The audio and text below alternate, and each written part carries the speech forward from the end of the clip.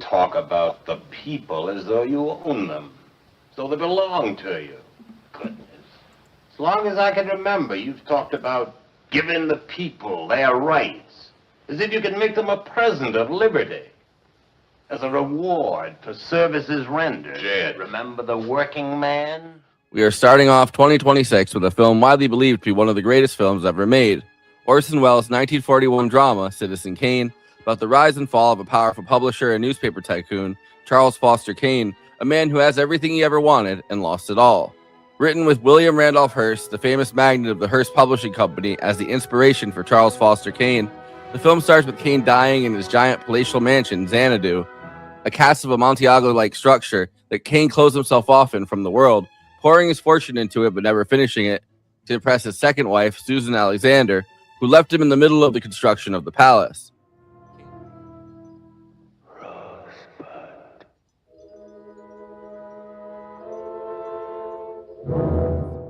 Kane's last word before dying and dropping his snow globe down the stairs is Rosebud, and the film's structure revolves around a journalist working on a eulogy-style newsreel, trying to figure out what Rosebud meant by talking to all the people closest to Kane. Of course, they're all self-interested and fell out with Kane as he became more power-hungry and domineering, and as he abandoned all of his principles that he once at least pretended to hold about the working man standing up to the interests. His best friend Leland, played by Joseph Cotten, who kind of acts like a conscience for Kane, Susan Alexander, played by Dorothy Comingore, who Kane forces to sing for crowds repeatedly, despite her lack of talent.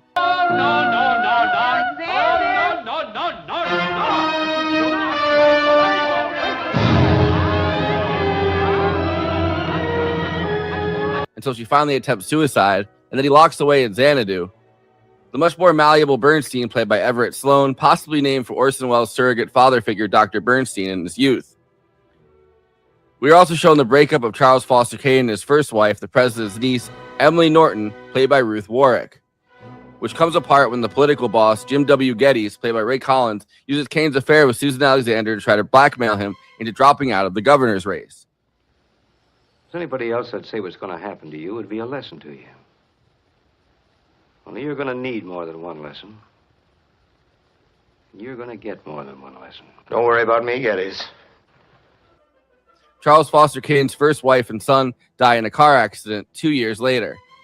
And we get to see Kane's background as a young boy living in Colorado with parents who owned a boarding house, and he loves riding his sled Rosebud in the snow in Colorado, which ends abruptly when his parents are gifted the deed to an abandoned mine by a boarder who can't pay his debts. It turns out to be the third largest gold mine in the world. And Kane's parents give him to the bank to look out for as a guardian in the hopes that he'll make something of himself. The last time Charles Foster Kane really stands against the tide of what he would become is when he tries to hit the banker, Mr. Thatcher, with his sled Rosebud. The character of Susan Alexander was based on William Randolph Hearst's actress mistress, Marion Davies, who he was constantly trying to promote in films as like a very insistent manager. Citizen Kane was Orson Welles' directorial debut, which is completely remarkable for how great the film is. He had been working for his theater company, the Mercury Theater, both on stage and on radio. They had staged several large Broadway productions, but they really became famous for Mercury Theater on the Air, the CBS show where they produced radio dramas, including in 1938, The War of the Worlds, which caused a massive panic from the fake commercials and reporter breaks during the live broadcast, as if we were really being invaded by aliens. This broadcast got Welles his famous RKO contract to make 2 films, which allowed him to get creative control on Citizen Kane, something he'd never get again and would spend the rest of his life fighting for. The screenplay for Citizen Kane was written by Herman Mankiewicz, who had been writing plays for the Campbell Playhouse, a continuation of the Mercury Theater. The exact balance is disputed, but big parts of the film, like Leland's experience as a drama critic and the idea for Rosebud, are definitely Mank's contributions from his own life. Orson Welles also wrote the screenplay for Citizen Kane and condensed them into one screenplay. Welles had signed a contract with Mank that said he wouldn't get writing credit, but eventually RKO awarded Mank the credit under Orson Welles' name. 10 of the main actors, including Joseph Cotten, were completely new to the screen, being Mercury Theater players. Where did you get the confidence from to make a film with such... Ignorance. Sheer ignorance. You know, there's no confidence to equal it. It's only when you know something about a profession, I think, that you're timid or careful. Citizen Kane is as famous for his innovative film techniques as it is for the story, or Orson Welles' performance as Charles Foster Kane. the cinematographer Greg Toland came to Welles asking to be on the film and wanted to be able to work with a complete beginner, someone like Welles with a reputation for experimentation, so he could try things that no studio would ever allow him to do. The extreme use of deep focus, the amazing shadow and light work, almost as if it's like from the theater rather than the world of filmmaking. The deep focus cinematography is especially hailed, opening up the depth of field to a much larger degree. Shots like Charles Foster Kane walking in front of a never-ending series of mirrors, and the famous shot of Charles Foster Kane standing in front of a stage in Madison Square Garden with a giant version of his face behind him. And the use of chiaroscuro, including scenes like Jim W. Getty's being in all shadow and walking out. Citizen Kane is also frequently praised for its use of space, shooting from above, including bringing a camera to move as the opera house's performances begin, and from below, including ripping up the set floors to really get down during the political confrontation between Leland and Kane. You used to write an awful lot about the working man. Oh, go on He's turning home. into something called organized labor. You're not going to like that one little bit when you find out it means that your working man expects something as his right, not as your gift, Charlie.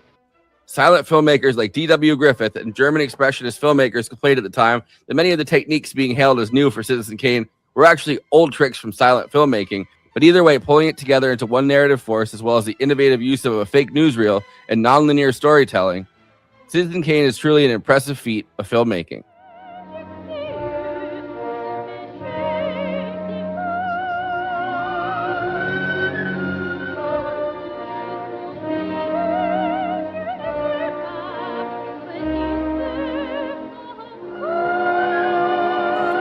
Before I introduce the panel, please like this video and subscribe to the Movie Night Extravaganza YouTube channel. Then hit that bell to get notified whenever we're streaming. Super chats are now open. If you have any pressing questions, send us a super chat, which helps me maintain the expenses for the show, which I am obligated by the rules of the Geneva Convention to stop everything and ask the panel. Another way to help us out is to become a patron and give us money every month. In exchange, you get access to all of our after parties, bonus content, and we'll tell you even more movies we watched recently. Patreon.com/Movie Night Extra. We have a Movie Night Extravaganza Discord. There's an invite link in the episode description, and we have a Letterboxd HQ account. So those are two more places to follow along with us. Okay, let me introduce the illustrious panel. We are live right now on This Space. If you aren't following them, join This Space TV on YouTube. Link below. Conan Neutron is the co-host and senior producer for Movie Night Extravaganza, host of Protonic Reversal, an independent Film Critics of America film critic, and the frontman for the band Conan Neutron and the Secret Friends. Check out his music at neutronfriends.bandcamp.com. Kristina Oakes is a co-host of Movie Night Extravaganza, a streamer on Twitch, twitch.tv/cosmopolitics, a host at This Space, hosting Christina's Corner, and is across social media at Cosmopolitics and on Letterboxd at Christina. Eileen Jones is the film critic for Jacobin, the host of Film Suck Podcast, patreon.com/filmsuck, and the author of Film Suck USA. I, of course, am a power-hungry newspaper magnate and your host, Forrest Miller. I don't know how to run a podcast, Mr. Thatcher. I just try everything I can think of. Perfect. Great. Eileen, thanks for joining us. Welcome. Oh, my pleasure, as always. First episode of 2026. Yeah. We decided we go with a really obscure Already one. a disaster. Yeah, I mean, something that needs a little support, maybe, than no one's heard this of, is right? a really good little indie film. Definitely, I agree. You know, I mean, I've heard good Absolutely. things. Orson Welles, you know, he's Yeah, young up and comer. you know. He was young. He's 25. The most hideous man alive. You can only go up from here, you know. A24 classic, you know. Yeah. It's It's crazy. This was his first freaking movie, man. That, Yeah. that Always is a tough mind-blowing. one. Greatest Not- movies of all Right, time. not just his first movie. He had barely watched a movie. Like Yeah. he said that the one Amazing. movie. He said that the one movie he watched over and over again was John Ford's Stagecoach. That was like his go-to in learning how to make it, and also the Cabinet of Dr. Caligari, which I think you can really tell that he I watched. totally the tell Cabinet of with all the Dr. shadow and the light and stuff. Yeah. Oh, So much absolutely. German expressionism. It's all over the place. Yeah, which they all got like extremely angry that everyone's like, wow, all of this stuff is being done. Deep focus, like the chiaroscuro, like that whole like the light and the shadow. They're like, this is the first time anyone's done that, and so many of those silent film directors, because they're still alive obviously at this point. Yeah. They're like, wait, what about us? I know. Every old German guy that was like directing films like the 20s, like, Hey, Fine. First one to do it. What? Yeah. But from a perspective of a larger movie watching populace, this was groundbreaking. And this was like as special effects laden as like Star Wars was at its time or something, because the shot composition where you would do like layering like the matte paintings and have like one scene filmed in the front and then like pastiche it with another one.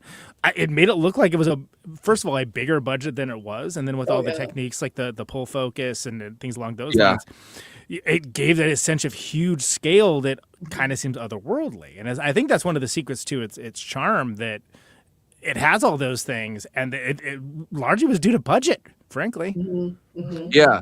Well, and of course there's the deep focus, which like, at the time, right? They're like, you either put the front of the thing, like put the front in focus or the back in focus. You don't put everything in focus. Like deep focus is kind of unheard of at this time. Besides, I mean, they did a bit of it in like silent film and stuff, but like, and John Ford did it, but John Ford didn't do it in a way that so drew attention to itself in the way Wells did. And so it suddenly seemed like ground, and he does practically stunt versions of deep focus where even though some of them are cheated, like the bottle or the suicide moment of that's the best, like one of the coolest scenes in the whole thing, because it's like you got the lock door.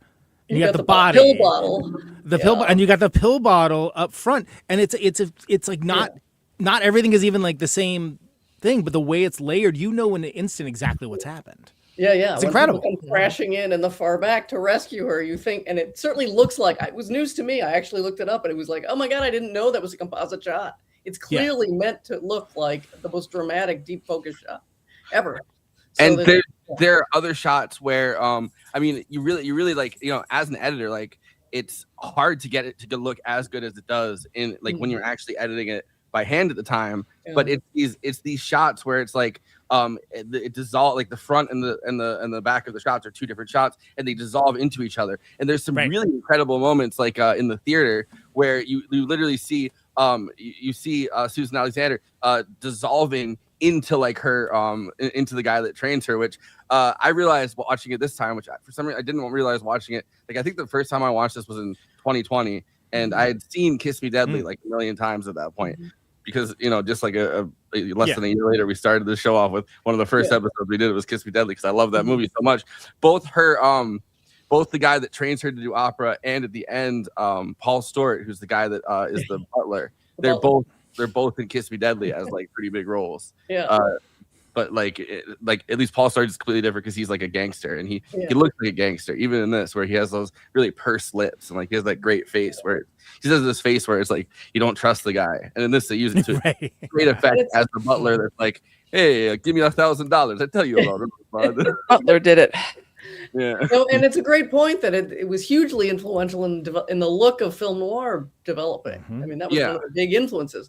So some people say Citizen Kane really kicks off in a way through its massive influence on cinematographers, etc.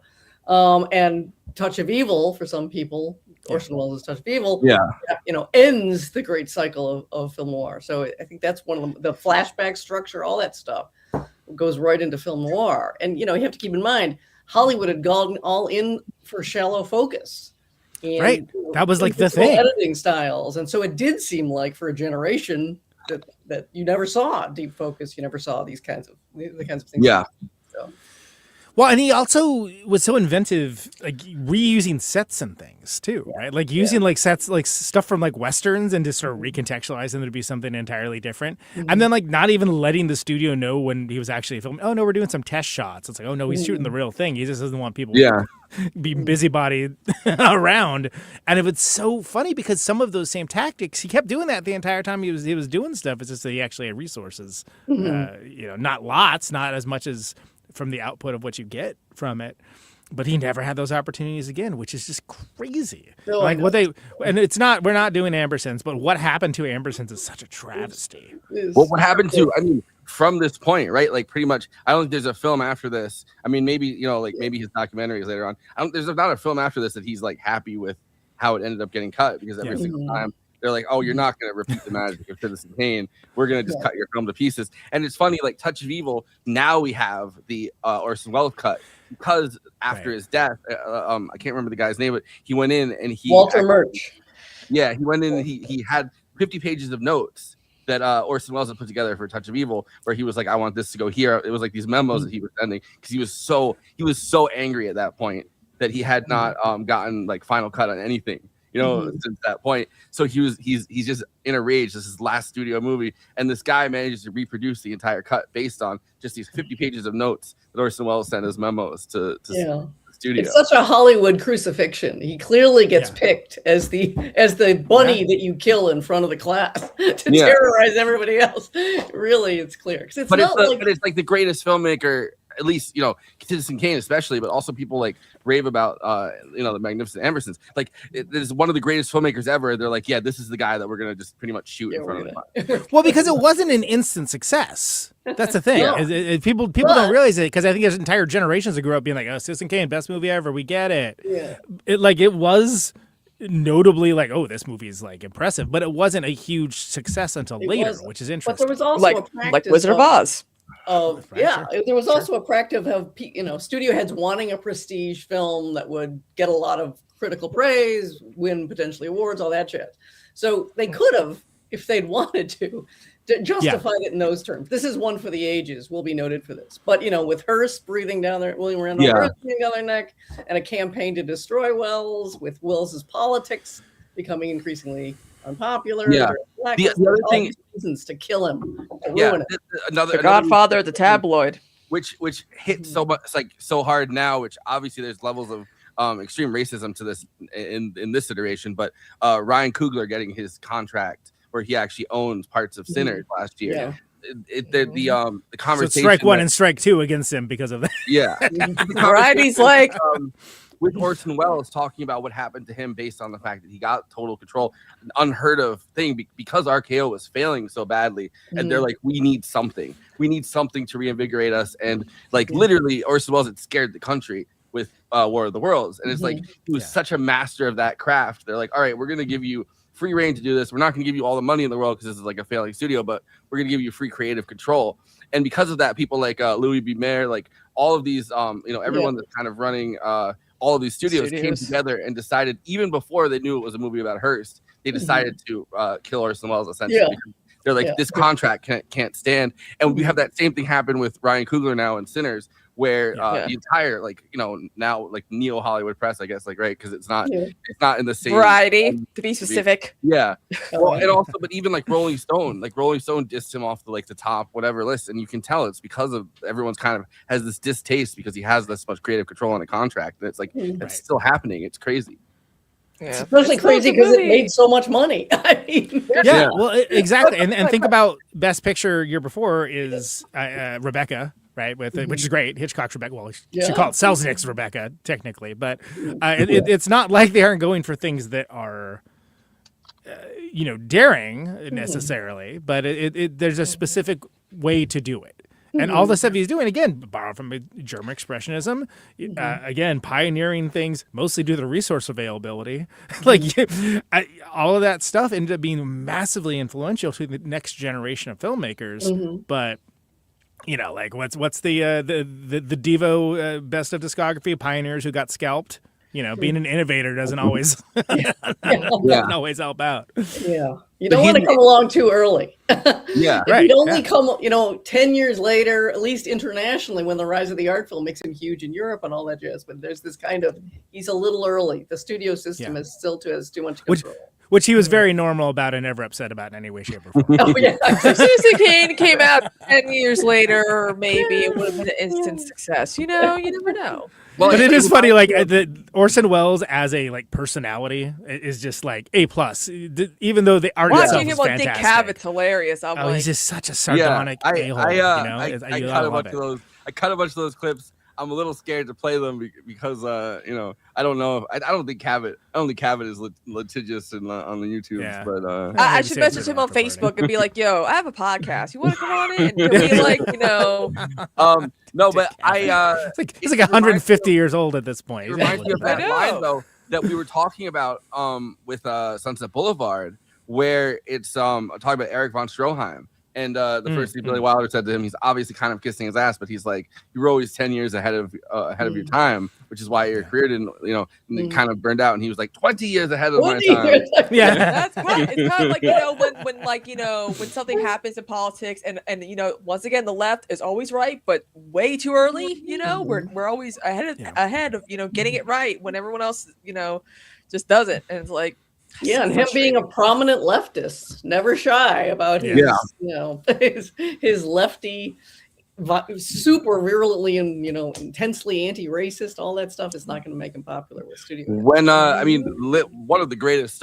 interview clips of all time from any kind of Hollywood director from this point is when he's going off on Elia Kazan, and he's like, Elia Kazan is being honored again. He's kind of brought back, and he's calling him a rat. Yeah, he's like noted snitch, Elia Kazan. He was. With Amy Madigan winning the Critics' Choice Awards, a lot of people were like, check out her and her husband, Ann Harris, when he got the Lifetime Achievement Oscar. Isn't that badass or what? And I'm like, fuck yeah, it is. I would have been sitting there too, like. I remember that so vividly. Half the audience is up, half the audience is sitting there with folded arms. It was pretty cool. Never forget Woody Allen getting something or whatever, and you're like. Yeah, exactly. But this another filmmaking thing that is so influential from this was the usage of stock footage, like the fake newsreel things that happen in the beginning, which we're a big fan of this show that I tend to especially to attack any movie that tries to tell you instead of showing you things along those lines. But in this case, it's doing both, because he's like taking actual stock footage and putting with sets and things like that and telling the entire story of Kane's life, the building of Xanadu, and the whole like rise and fall, like in the beginning of the movie. And think about how often that's been ripped off, homaged, changed, and it's right here. And mostly was for like some storytelling reasons, but also because like, well, we need to get this information out quickly. What can we do? Oh, let's use it'll be a newsreel, which of course were ubiquitous at the time. That's how people got their news. And you could do a good balance of showing and telling. You just can't oversell it or overdo it. Right. Well, and this is such a movie about how people are going to narrativize Kane. So to have it doesn't seem out of keeping, or as if it's purely for the practical storytelling purpose, which it also is. But it's also so hilariously, wonderfully, perfectly stylized. If you look at those old movies, they're so wild. One of my favorite shots in the whole thing, probably my favorite shot, is because it's so jarring, but it's so funny. They obviously get a guy to play Teddy Roosevelt, and then they have a guy playing Hitler that looks so much like Hitler, and it's 1941. We're about to within months. Whatever. War with Hitler. So it's like so it says the other guys he liked. Dictator came out too, Charlie Chaplin, right? But he's like sometimes.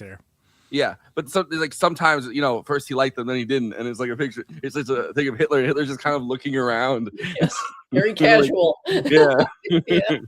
But that's like the Hearst thing too. Like there's so many people that Hearst had so many iterations of himself because he so badly wanted to be a politician. So he started off as he thought that FDR. I mean, he was stupid to think this, but he thought FDR was going to make him his vice president. Wow. And his name's everywhere in California. Yeah. There's actual Hearst Castle. Have you been to his castle? That's like during COVID when a lot of content creators were living together, I'm like, my goal is to have a content creator headquarters in Hearst Castle. It's really quite staggering. Because I was Bailey Sarian, y'all know I love her. She does Eileen, if you wanted like a good history podcast, Dark History with Bailey Sarian, she does she does a lot of stuff about corruption and she's a lot of stuff. She talked about the history of William Randolph Hearst and how he created yellow journalism and in the tabloids and all that, and just that whole. But the one thing she kept going was have you been to Hearst Castle? Have you seen his castle? Have you? So every time swimming pools alone are to die for. Right? Yeah, it's amazing, right? It's like decadence on an opulence on a level that had never been seen before in this country. Yeah. They don't just make fun of Hearst kind of in this or satirize Hearst, which also Hearst apparently is in this universe too as a guy, because in the beginning where they're they even drop the name Hearst to make sure that this isn't this isn't this is about it's not a biopic. It's not subtle, but they also have his big rival as the Chronicle. and that's supposed to be Joseph Pulitzer's paper. Which it's so Yep. funny now that the Pulitzer Prize is like, you know, the headline thing. Like if you win a Pulitzer Prize, and it's like that's a big deal. But what about Hearst? What? Well, but Pulitzer was like probably more slimy in the way that things were covered than Hearst. Like slightly, like they were on a race to the bottom. Don't get me wrong, but it's like, you know, they literally both lied us into a war in Cuba. I mean, they weren't the only ones that did that. Like, you know, Teddy Roosevelt really wanted to get us in there, and so many people, you know, within that administration wanted to get us in there. But they were the headliners, because they were like, we could, like, can our newspapers do this? Can our newspapers lie us into a war? Can we do Remember the Maine? Like, that was their big thing when the Maine blew up in the Havana Harbor. Honestly, though, I feel like William Randolph Hearst is like, you know, a lot of people are like, you know, what happened to Patty was revenge for him being such an asshole. And I'm like, you know what? Maybe. I'm not sure if it was that thoughtful, frankly, but I mean, potentially. But yeah, Marvel has a way of getting back to you, you know. The Kane character is obviously not just, it's not a biopic. It's a pastiche of multiple different people, tycoons, men of industry, so on and so on. But what I love is that the way that the screenplay and how it's directed just shows like so abjectly the yellow journalism thing. You know, like when he runs for office and they have like the two headlines, right? You know, and that's fraud at polls. Fraud at polls. Yeah, it's like, well, if he loses, we'll run this one. If he wins, Hearst wins. And it's like, oh my God, that and what it was is, you know, that was like on the nose, because it was one of those things where that was already happening, but it was just never. You just didn't say it. You certainly didn't put it in. And the way the movie folds together all this youthful brio that the music, of course, by Bernard Herrmann is so great, and their steps as they rush up the stairs of their new offices, and you feel all this youthful hope, and they're going to really revise the newspaper game. And half of it's all idealistic and sounds great, and we're going to be the defenders of the poor and indigent, etc. And half of it is like the most corrupt, awful. But you've had the fusty older generation of newspaper men skewered so neatly that it's really a wonderfully complex portrait of like, where do we even stand, even when he's young, even when Kane is young?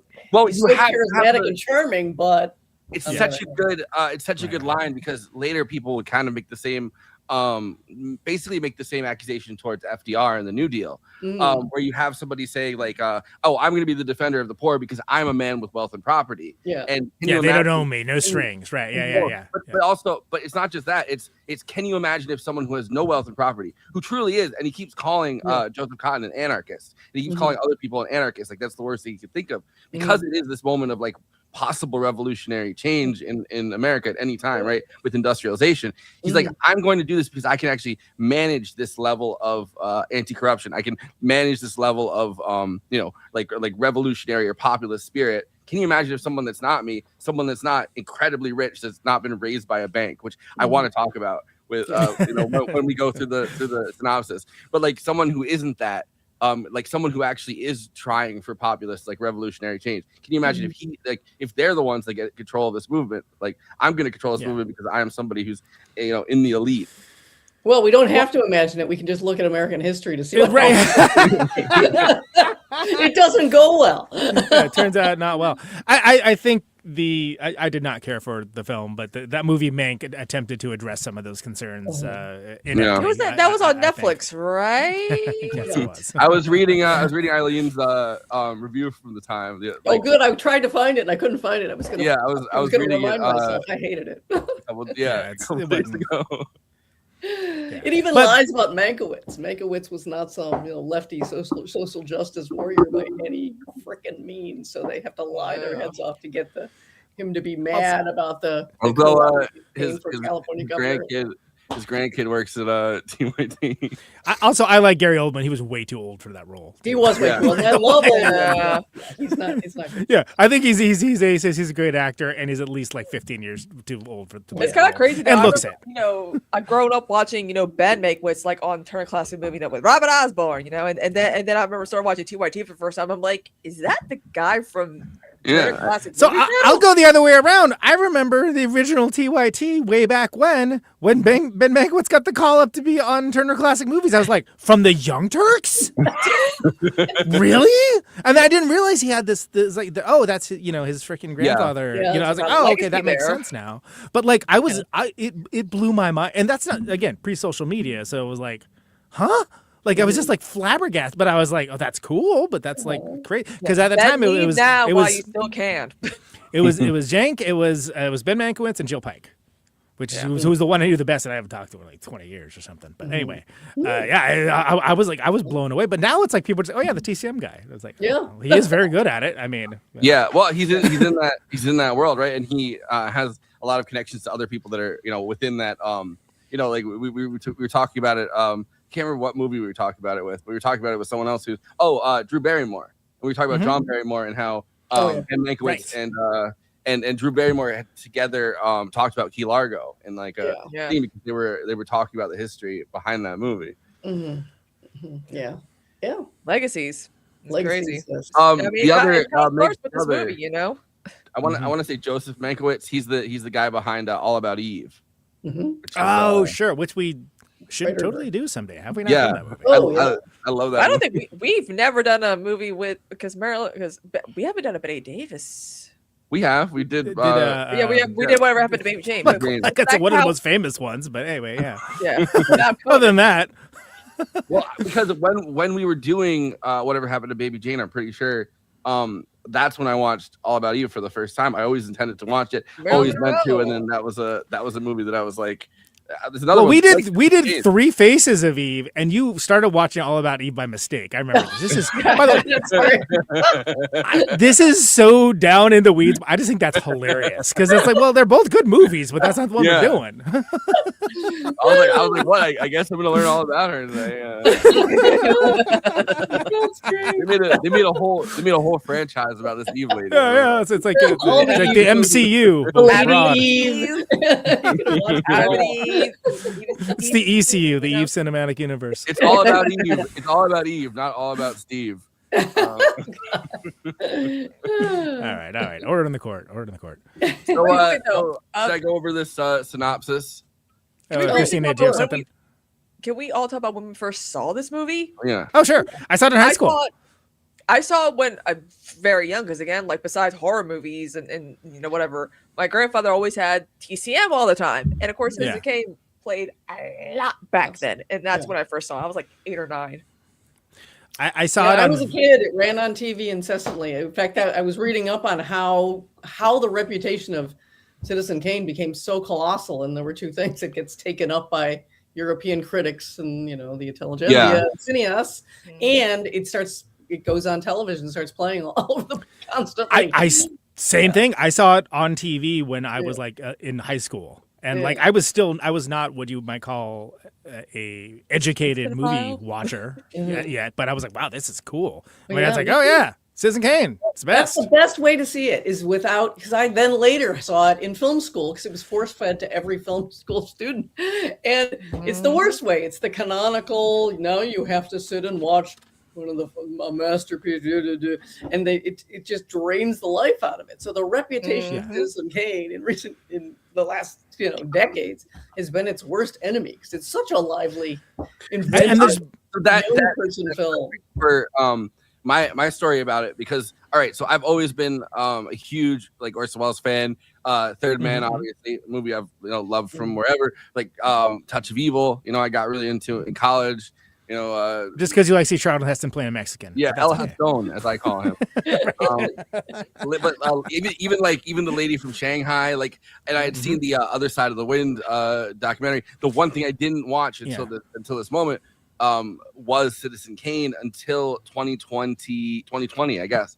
And I hadn't, because I was like, what if I'm the one guy? Like I wanted to be in a position where I was ready to watch it, where I was like kind of more of where I was smarter about analyzing film, where I'd kind of been to school for it, and where I was like, all right, I feel confident that I'm not going to be the one guy that's like, what was that? Well, and so that's interesting too, because having all the context of Orson Welles, that's like the opposite of how I first saw it. And I guess Eileen, you saw it too, where it was just like, what is this? Okay, cool. You know, neat. This is a good movie. And I think there has been some kind of almost overcorrection towards it being lauded as like the best film of all time in the recent years. That like I think Sight and Sound didn't even make the top 100. It was forever, right? And then finally got dethroned by Vertigo. Yeah. So we're in this crazy situation where it is both like universally known and somehow a little underrated, but was like force fed to like multiple generations as the best movie ever. Okay, it's a weird fate. I think it's interesting that Vertigo is the thing that dethroned it, because you can tell that both Orson Welles and Hitchcock had such an influence on each other. And watching Touch of Evil, not just because of Janet Leigh being, you know, in both Touch of Evil and then 2 years later in Psycho. But also there's other actors like the cop in the beginning of Psycho. I recognize rewatching Touch of Evil, DA. At the beginning of Psycho is the DA in Touch of Evil. That's Elle Stone's like sidekick. So there's a lot you could tell that at least I could tell, and I kind of looked into it and like couldn't find a direct thing of like, you know, one of them being like, oh yeah, I was influenced, but you can tell there's so much influence. Yeah, but in the way like the Beatles and the Beach Boys were like in competition with each other, right? And Clouseau's in that conversation as well. Wages of Fear, Diabolique, you know, like they and all the Four Seasons always get left out. Exactly. Well, they got a musical bit about them. It might be The Stranger, which I saw, Forrest, that you had watched. And that's very lesser known, you know, Wells stuff. That's really going for a deep cut for Wells. That you can tell. But it's a Hitchcockian premise in that there's a you know, a notorious Nazi living in this bucolic little town who marries this nice woman. That's very Shadow of a Doubt-ish. That movie has such a, I mean, obviously it did, because, you know, both of them are in it, but The Third Man, that movie had such an influence on The Third Man, you can tell too, because the clock tower that they climb up over and over again in The Stranger. You have the scenes with, I mean, Joseph Cotton's just kind of in the background of one scene, but I love that he puts him in all of these movies. He's like, even when he's not a big role in it, he's kind of just in the background of every single guy. Orson Welles movie. Well, and you brought up something I want to get in before I forget about it. The usage of statues in Citizen Kane, like small and like larger statues. Very like these are things that like I pick up like the third or fourth time watching it. I wasn't picking up any of this stuff when I was like 12 watching it, you know. There's no way. But it's there are things which is so funny, like just talking about it like with its rep of it being oversaturated and then like, you know, kind of underseen somehow. But there is so much here as a movie to absorb that you could have like 5 conversations on it. It wouldn't have any crossover at all. I mean, there's so much written about it that's actually really, really interesting and contentious, and that people violently disagree about basics of film. Well, there's the whole beef between Pauline Kael and where they're going back and forth about which I think is kind of misunderstood. Like I was watching videos on how it like what Pauline Kael was trying, because she's written so much about Citizen Kane, and it's not just that one. The one thing got kind of everyone was saying, oh, you're trying to make Mank like a bigger deal than he was. But she also was trying to take down auteur theory, which she hated, and Wells being the exemplar, she was willing to try to take him down at least a peg, and then he took it very personally. He practically wept in review in public interviews after that came out. Like, because think about like where he was at his career at the time. He was having such a god-pounding hard time getting anything made.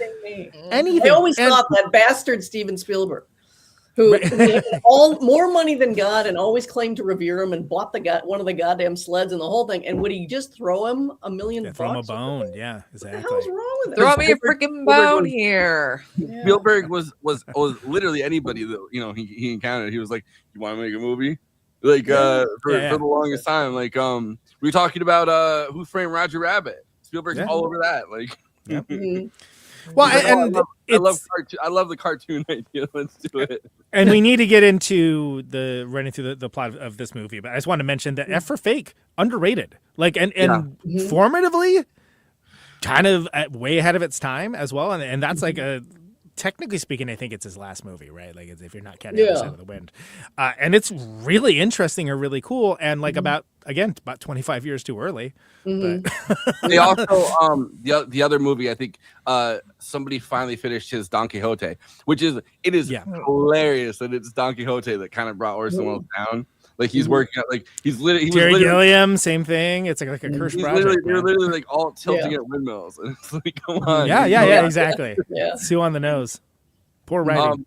But not to I guess bring it down a little bit with I think that like thinking about Citizen Kane, like it's even influenced our politics in the sense of like Trump is someone who was formatively influenced by. He loves this film and doesn't, as everyone knows, doesn't understand this film. Right. But there's a you can actually find. I said it to Kristina earlier. You can wrong lessons. Find a video. Someone actually had him do a review. Of Citizen Kane, and he didn't understand it. He doesn't understand it at all. No, but it's a cool guy doing cool guy things. He did nothing wrong. He's a cool guy, and all he needed to do was find a better woman. Yeah. The only thing that man will ever understand is the plot to Phantom of the Opera. That is it. But there's the Madison Square Garden scene, and you know that when Trump went to Madison Square Garden this time, right? Like he had his giant rally there. You know that what he was actually thinking about was Charles Foster Kane's giant Madison Square Garden rally. Which that's a scene that is worth discussing on its own, because again, that's one of the miracles of this movie. But let's table that and get started on the plot, because otherwise it could be a 4-hour show. Okay. All right. So in a mansion in Xanadu, a vast palatial estate in Florida, Florida. See, this is what I'm saying. I mean, that's what he thinks Mar-a-Lago is, right? You know. Yeah. So. What is the place? Sloppy Joe's? No, I'm just kidding. I know that it's Mar-a-Lago. Tel Aviv? Miami? The elderly Charles Foster Kane is on his deathbed, holding a snow globe. He utters the word "Rosebud" and dies. The globe slips from his hand and smashes on the floor. A newsreel obituary. I love news on the march. Yeah, great. Tells the life story of Kane, enormously wealthy newspaper publisher. Kane had humble beginnings, but led a stellar life. I feel like this was written by Trump. What a life. He was twice divorced, and his business empire once contained 13 newspapers and radio stations across the U.S. His palatial mansion, Xanadu, was the most expensive private construction project after the pyramids. It had a private zoo. Yeah, I wanted to visit the zoo, but it didn't look at the animals. Xanadu, is that what they called it? Great. Xanadu was the most expensive private construction.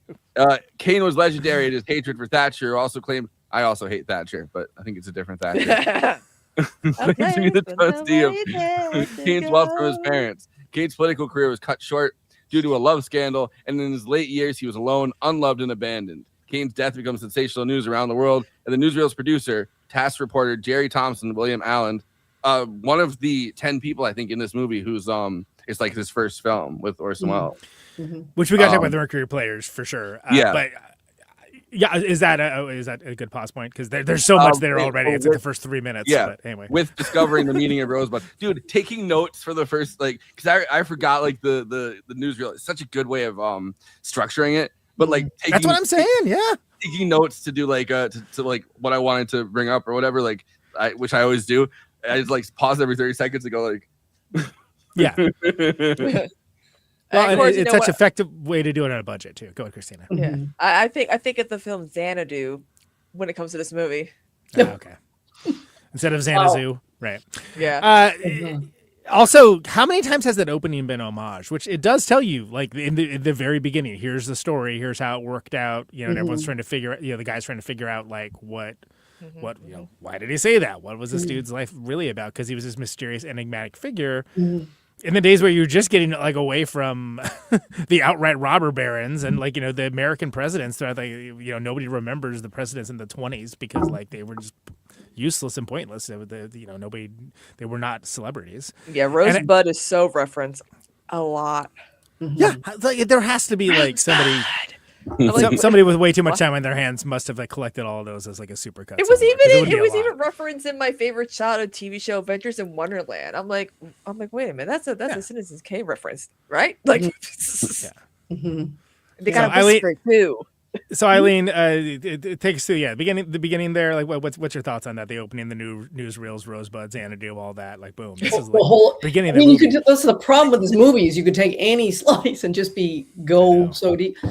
I mean, the opening is so fascinating because, of course, he does this perverse thing where it's all for, he deliberately goes against the whole Hollywood classical style, where, which lays out an establishing shot. Where are you? What's the time frame? Who's concerned? And, you give all this information. Well, you start out on a series of blockages, gates, tall fences, no trespassing signs. So there's all this strange, we're not going to let you pass, we're not going to let you know. So there's all this already an interesting setup for a movie that on the one hand is sort of promising. Ultimately, with News on the March and what follows, we're going to tell you everything you could possibly know about Kane. Is we're going to start and return to the no trespassing, the blocking, we're just going to pass you back out through those gates and you'll look at it again and be blocked. And so it's always funny because people always say, well, does the sled actually answer? And then in the movie, they even say, well, it can't possibly answer. But there's already this insistence on there's no way to let you in far enough in to anyone to be able to say, now I know fully who this person is. And then you get all the fractured, sometimes quite contradictory narratives. And again, film noir is going to pick this up. If you ever see the 1946 film, The Killers, it takes Hemingway's short story and then does a Citizen Kane on it. You've got a dead man, and it's all going to be investigating who was the Swede, why did he die the way he died, what did it mean the way he died. Look at Sunset Boulevard. Is a similar. It's an homage to the importance of Citizen Kane. So he does all this contrary stuff at the beginning. That very moody, super expressionist, kind of gothic-y even opening that's all about forbidden, fractured, you can't know what's happening. And then you turn right around and out Hollywood with that News on the March glare. That's, after all that artiness, it has a kind of cheap, sensationalizing, pleasantly lurid quality. Yeah. That gives you an overabundance of very Hollywood establishing information. So it's two contradictory approaches that he marries together at the beginning. And it's deliberately confounding in a way that I think is very brave and very Wells. And I'm sure a lot of studio heads watched it and were like, what in the fuck? Yeah, right. Can you imagine what this? I want to see a movie of that, It's already that in initial reactions wherein sophisticates in the city liked it, but people in small towns are just scathing, what is this? I never saw a worse movie. So it gets, to say the least, mixed reviews because you have right there in the opening. You have that like the already rage coming up about that contract, and it's like kind of slapping Hollywood in the face. Like you can imagine after that, right, where it's like they're already angry about the fact that even if this movie exists, so they go sit down to watch it, and it's unlike anything that is made in decades, and it's like. You gave somebody creative control and they've created a monstrosity. Well, yes, imagine them trying to find the protagonist and thinking, well, in a Hollywood movie, it would be the reporter. Well, we never even see that. We can't even get a look at the reporter. He's barely a character. He's like an audience proxy, ostensibly, right? Yeah, I mean, and he's always in shadow. And best supporting actor. It's acknowledged. At the when he's having the conversation with Susan Alexander, and she goes, well, stop on by and tell me your life story sometime because we know zero about him. Like yes, exactly. He's meant to be a kind of pleasant non-entity. Yeah, exactly. And to reiterate, this is like the first 5 minutes of the movie. Yes.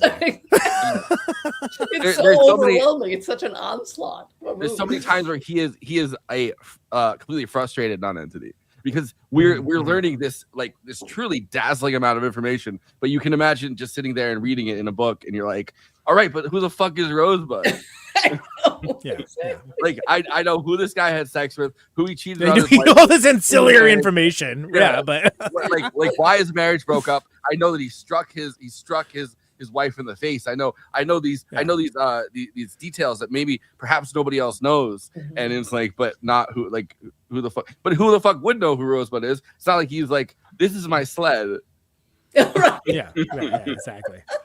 Well, before we're done, let's talk about the Rosebud thing because I'm going take is Rosebud was just a device, almost a Hitchcocky, MacGuffin. Yeah, that isn't even supposed to. I have a when we get to it, in this. I have a take about that actually. I have a take where in fact it's a very rich reading if you just accept Rosebud. It's not a stupid reading.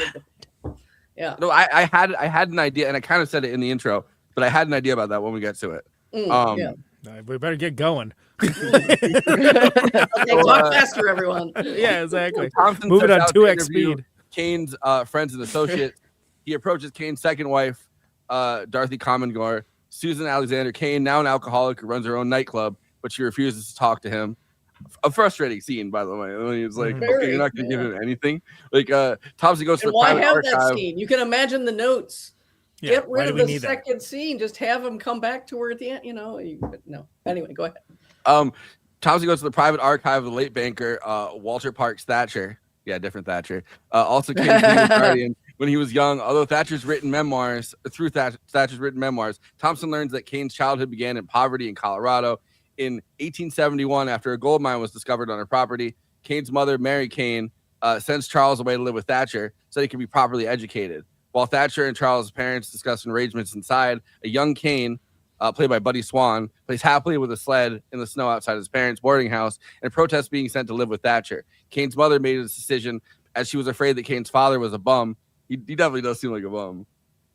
He's like, he's that shambling, weak. Hey, I'm his father. I should be the one. He's violent. You can tell he drinks. Sit down. They're like, you're gonna get $50,000 a month or a year, or whatever. He's like, oh, all right, I'm gonna send my son away. Too bad. And his wife hates him. Hates him.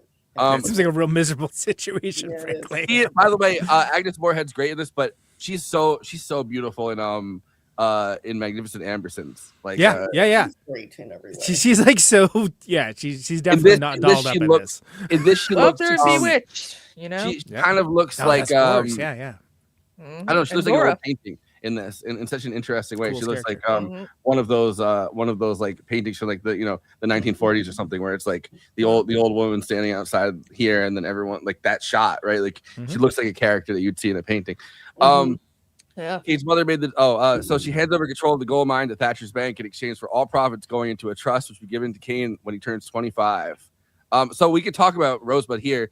My reading of this, thinking about it this time when I was writing up the intro, the only time that he ever goes against what he would eventually become, or the last time he's able to go against what he would eventually become, is where he uses Rosebud. He has his sled. He hits the banker with the sled, and that's the one time that he ever stands up to. Stands up through the snow. But that's the only time that he ever stands up to to the tide, or the only time he's able to stand up to the tide of what he's gonna, what he's eventually gonna become, is when he's able to take that thing and knock the banker down with the sled. And it's like, in some way, like that's the last time, because he talks about it multiple times where he's like, I could have been a great guy if I wasn't rich. Yeah. And it's like that sled, like kind of like watching it this time, it was like it was so intentional that he hit him with the sled in particular. It's like the sled represents for him not just childhood, but like the last time he was able to fight back against this thing where he doesn't really, like, he never really has a chance, right? Like in the sense that he's raised by a bank, like it's certainly his reading. Remember when he says, "I'm two people," because he's shadowed by the life that he might have had, and in his view, that was the one where he could have been a really great man. But it's also, and I don't think we should make light of it, it's also he loses his mother, and there's a definite mother loss that he tries to make up for in the second half of the film, especially with Susan. He's on his way to visit his mother's things and try to recover the past that haunts him, because it means that when he had her and when he had a potential other life, and then instead it gets redirected towards Susan, and the Susan section gets more and more. That's when he really turns monstrous, and it actually becomes kind of a scary movie. Susan Alexander, with her very limited capacities, trapped in practically the damaged psyche of Charles Foster Kane, just gets more and more horrifying, because you can tell he never goes and reckons with his past and the loss of his mother. He just simply plows ahead to try to invest everything in Susan, in this kind of mistaken, she'll slot into the place of home and domesticity and a woman in my life, and it turns because she's also nobody, right? Like she is like the first woman that he goes for is the niece of the president, and they're getting farther and farther apart because he sees himself as a great man, and she has a family already. She has people that she sees in this as these larger than life figures. Like she's like, oh, do you have to talk about that about Uncle Jack or whatever his name? I forget what it is, but he's like, oh, that's Uncle Jack, and he's like, one day I'm gonna be Uncle Jack. Like I'm gonna be the president one day. Yeah, right. But she doesn't see it because she's coming from generational status and wealth. Yeah, well, and you can dispatch Emily. You can get rid of Emily in that famous montage that is very short. Oh yeah. She doesn't have the resonance of the woman that is missing from his life that he tries to recover, that he, quite mistakenly somehow puts poor Susan in that crushing spot to try to, it becomes a very strangely woman-centered narrative. He loses all of his focus in other things. He's just accumulating statues, trying to fill this vast void, and he's got poor Susan trapped there to try to make her make meaning. So that seems really profound, to go from a kind of mail order world where it's dominated by his male friends, and then they really recede later as he becomes a recluse, all centered on Susan. And the circle gets smaller and smaller until smaller and smaller. Not even existing. Pretty much. I mean, it's interesting. The only time we really doesn't even include him. The only time we really hear about Susan's life is when she's like, "Oh, my mother wanted me to be a singer," and like I had no interest in that, but my mother really pushed that on me hard, and she escapes from her mother, and then she escapes kind of out of the fireplace into the fire. Yes, exactly. The mother angle becomes weird there because he then decides we've got to fulfill your mother's ambition. Because he's treating her both as mother, I think, and as daughter. In that, like, he's taking care of her. That's right. He's trying to help her. He's going to be all female figures in his life. I think that's absolutely right. And he's pushing things that she, we'll get into it, but pushing things that she didn't even really ask for. Absolutely. Aggressively. She didn't ask for anything. Like the only thing she asked for is like, he was nice and he, stopped by and helped her toothache out. Like she said that a bunch of times. Like you haven't given me anything. Like you haven't given me anything real, right? Like you've given me materialistic things maybe, but like and I love that Wells just leaves the irony that he gave her the snow globe.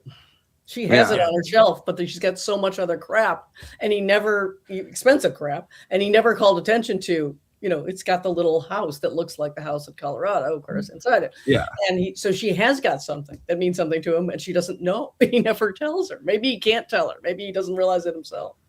Yeah. But those are the like kind of really rich grace notes of the film that are never called attention to. They're just there to be thought about. And I'm not even sure. I certainly didn't catch it first time, but I don't think I even catch it second time. But it's like I definitely was like, oh wow, I've seen it 20. I just have to teach it. Not only was it I had to teach it.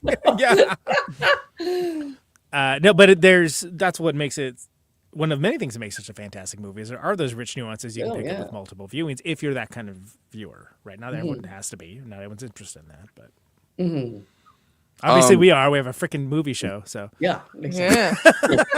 There are things we notice that others probably wouldn't notice. Yeah, exactly. I mean, do we want to talk at all about this the fabulous scene in the pulling back from him playing in the snow into the house with his mother as she pulls her through the window? It's so beautiful. It looks like a shot that would be composed like 40 years later. Oh my God. So crazy. And it's so early in the movie, too. You're like, how did you even think of doing this? And every detail is so perfect. When he's shouting the Union forever. Yeah.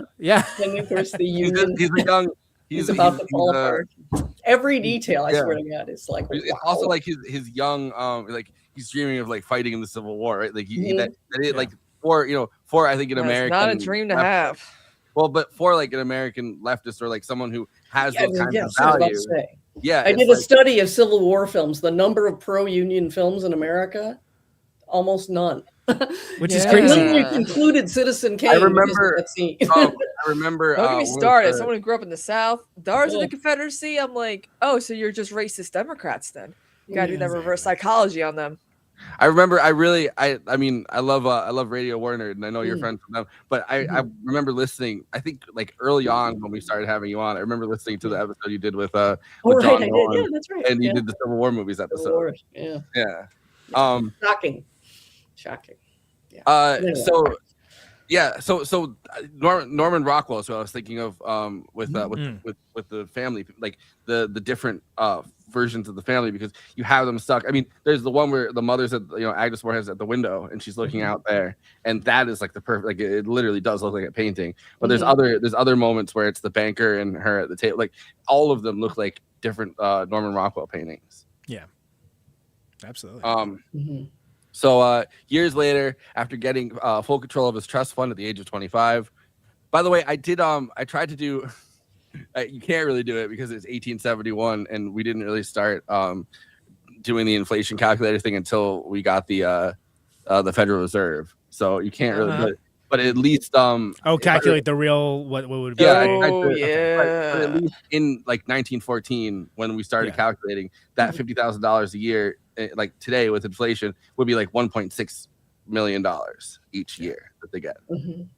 So like it's a lot. So when the dad's like, well, all right, maybe we can send this. Maybe it'd be all right. Sure. He's like, well, that does sound like a lot of hooch. Yeah, exactly. Buy a lot of grain liquor. Imagine the moonshine stills that I could have. Exactly. That's like the level of his ambition. Exactly. He's gonna end up being like Conan, you've driven through like Tennessee where they have recently the moonshine, or like Tennessee, like Texas, like that whole area. They always have like the places that are like, we sell moonshine here now legally, and it's like they're very proud of it. Arkansas, at least in a non-dry county. Arkansas. You just throw it up and keep drinking it. Like a cat. He enters a newspaper business and embarks on a career of yellow journalism. Yellow journalism. They call it yellow journalism. Yeah. By the way, it was all yellow. It's instantaneous. No Coldplay references. Instantaneous. Yellow journal. Like it's not even like he was like, oh, here's some good journalism, and then we jumped right into. No, we're producing slop, baby. Yeah, I'm gonna mix it up. Okay. He's like, because he goes there. They're like, oh, we're a reputable New York City paper. We don't do the stuff like the Chronicle does, where we go and we just say, oh, woman dead, when we don't know the woman's dead. And he's like, they are the New York Times circa 2026. Now we're a paper that says woman dead, and we report. Someone says she's dead. She's dead. And it's very unabashed. It's just like, this is what's going to be. He's really most sincerely dead. He says, send your reporter and make him pretend to be a detective. And when the husband won't admit to anything, say, I'm a detective, and strong arm him. And it's like, that's his first thought, is like, all right, this is what we're going to do. But why does it also work as a section that's about youthful idealism, which it is? It's both. Yeah. Well, he's going to wind up with his declaration of principles. That's always kind of been the Hearst thing too, right? Like it's when you look at like Hearst reporting on Cuba, it's like from our vantage point, it's horrific. But at the same time, it's like you can look at that at the time and be like, oh, that's patriotic journalism, right? At the same time, it's like we're supporting. Remember the Maine. We're supporting American imperialism, but we didn't call it that at that moment, so it's okay. We had like 2 years before we're gonna call it that. Yeah, so you get, and he's also like off the leash, right? Like he's got his money. He can do whatever the heck he wants. He's not beholden to anyone. But like, think about like he's fighting people we hate. We hate Thatcher. The fuddy-duddies we know need to go. But I think it's so charming to see them be so youthful and so daring, and so just we're just spitballing here, we're ready to try anything, we're throwing everything on the line. That overwhelms you. And the Bernard Herrmann score there, I just think it doesn't sound Bernard Herrmann-y. It's his first score. Wells literally brings him on from he's already been working with him on other things. And he does that. It's such wonderful, sprightly music. You just love them all, and you want them all to do well. And it carries you right along up to the Declaration of Principles. And then, if you want to get, very cineast about it, he's leaning into shadow the whole time. But even his Declaration of Principles is like meaningless, right? Like, you're already going, you promised to be honest and and this and that. And you're like, well, we already know that's crazy. I'm gonna give you an honest journalism that stands up for the working man, and it's like it definitely stands against all my enemies too. Okay, well, because he goes, my enemies, not my friend after all. That is standing up for the working. So he does do that, especially. Yeah, but he's also the top shareholder in the trust that he's going after. Not influencing anything whatsoever. You know? He has a thing where he's like the I'm Two People thing. He's like, there's a version of me that's the biggest.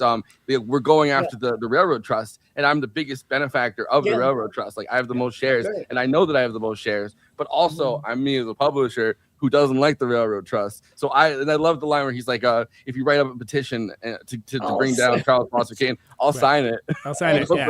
Well, that's a big duality of man thing. It really leans into near the end as well. Yeah. Like he really does seem to like, but when it's coming out of like guilt or whatever, it is at the heart of it a great man story, right? Which unfortunately, dudes rock.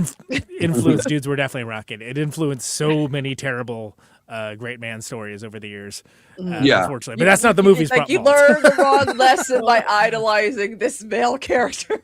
But he's not a cool guy. Whether you look at somebody like Napoleon or whether you look at somebody like Tsar Alexander or somebody like that, right? That fought to get the serfs, their level of freedom. They're granting those rights to their subjects. Their subjects are not fighting for those rights and earning their rights. They're being gifted those rights, and that's such an important distinction that I think throughout history that like is really important. It's like there are certain people that they're the champions of the working man, but the working man gets a pat on the head and gets somebody like giving them a present of their civil rights, whereas the working man could also unionize and take that for themselves. But there's a certain class of people there. Have some more rights, but then also think about all of these, right. But all these movies that were sort of trying to do that great man story, there usually isn't that kind of conflict. There's usually like no ambiguity of any kind, frankly, and that's what makes them so like eye-rollingly annoying most of the time. And that's important that like it's intrinsic to the structure of the movie and the character. That like it's introduced really early on. Again, we're still really early on in the reading of this plot. And it's very Wells to have these dual portraits of he's a great man, he's a charlatan, he's a Paul Thomas Anderson is picked right up from the Orson Welles playbook with things like The Master. There's tremendous overlap there. He's very much aware of the huckster side of him. In fact, you can read the authorship through Wells. I mean, Wells adored FDR and campaigned for him, and he was an FDR leftist. But at the same time, he said, I admit he basically ruled as a dictator. He did. He had absolutely dictatorial powers. But what are you going to do? It was that kind of, I'm a principled leftist for FDR, and I acknowledge there's a big problem with that. I mean, it's just a generation before that, right? The whole Woodrow Wilson thing. Like that Woodrow Wilson was our most dictatorial president, essentially. And it's like FDR learned kind of at his feet as his Navy secretary. But you could even consider Wells the serious artist and Wells the guy who loved nothing more than to put on magic shows. He was an avid.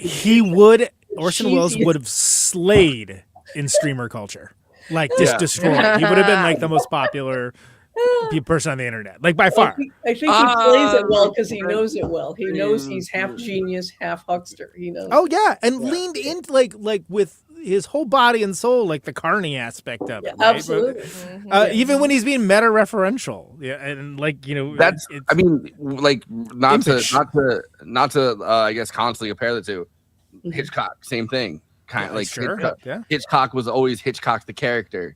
As well as Hitchcock, the brilliant director. Yes. It's like they have this like persona that they just want to like keep. One leaning into what it. We know them for, because Alfred Hitchcock Presents, right? He had like the outline, like the caricature they made of it. He walked into the outline. I mean, that's first of all, it's a great gag, and secondly, he was leaning into the fact that he had become somehow like the image.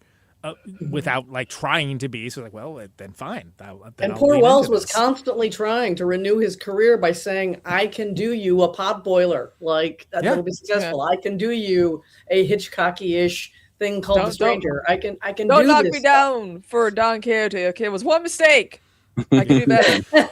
I mean, Chimes at Midnight. Many. It's such a good like the whole thing is about a delusional man whose time has passed, and he's a knight, and his time has passed. There are no more knights, and it's like every single person that gets into the weeds of doing Don Quixote is past at a level where they've peaked past this auteur thing, and wasn't he also with Rita Hayworth for a while there too? Well, because of Lady from Shanghai, that's where they started that. I just don't see it. That's not one of Orson Welles' better movies. It isn't. Well, Lady from Shanghai, come on.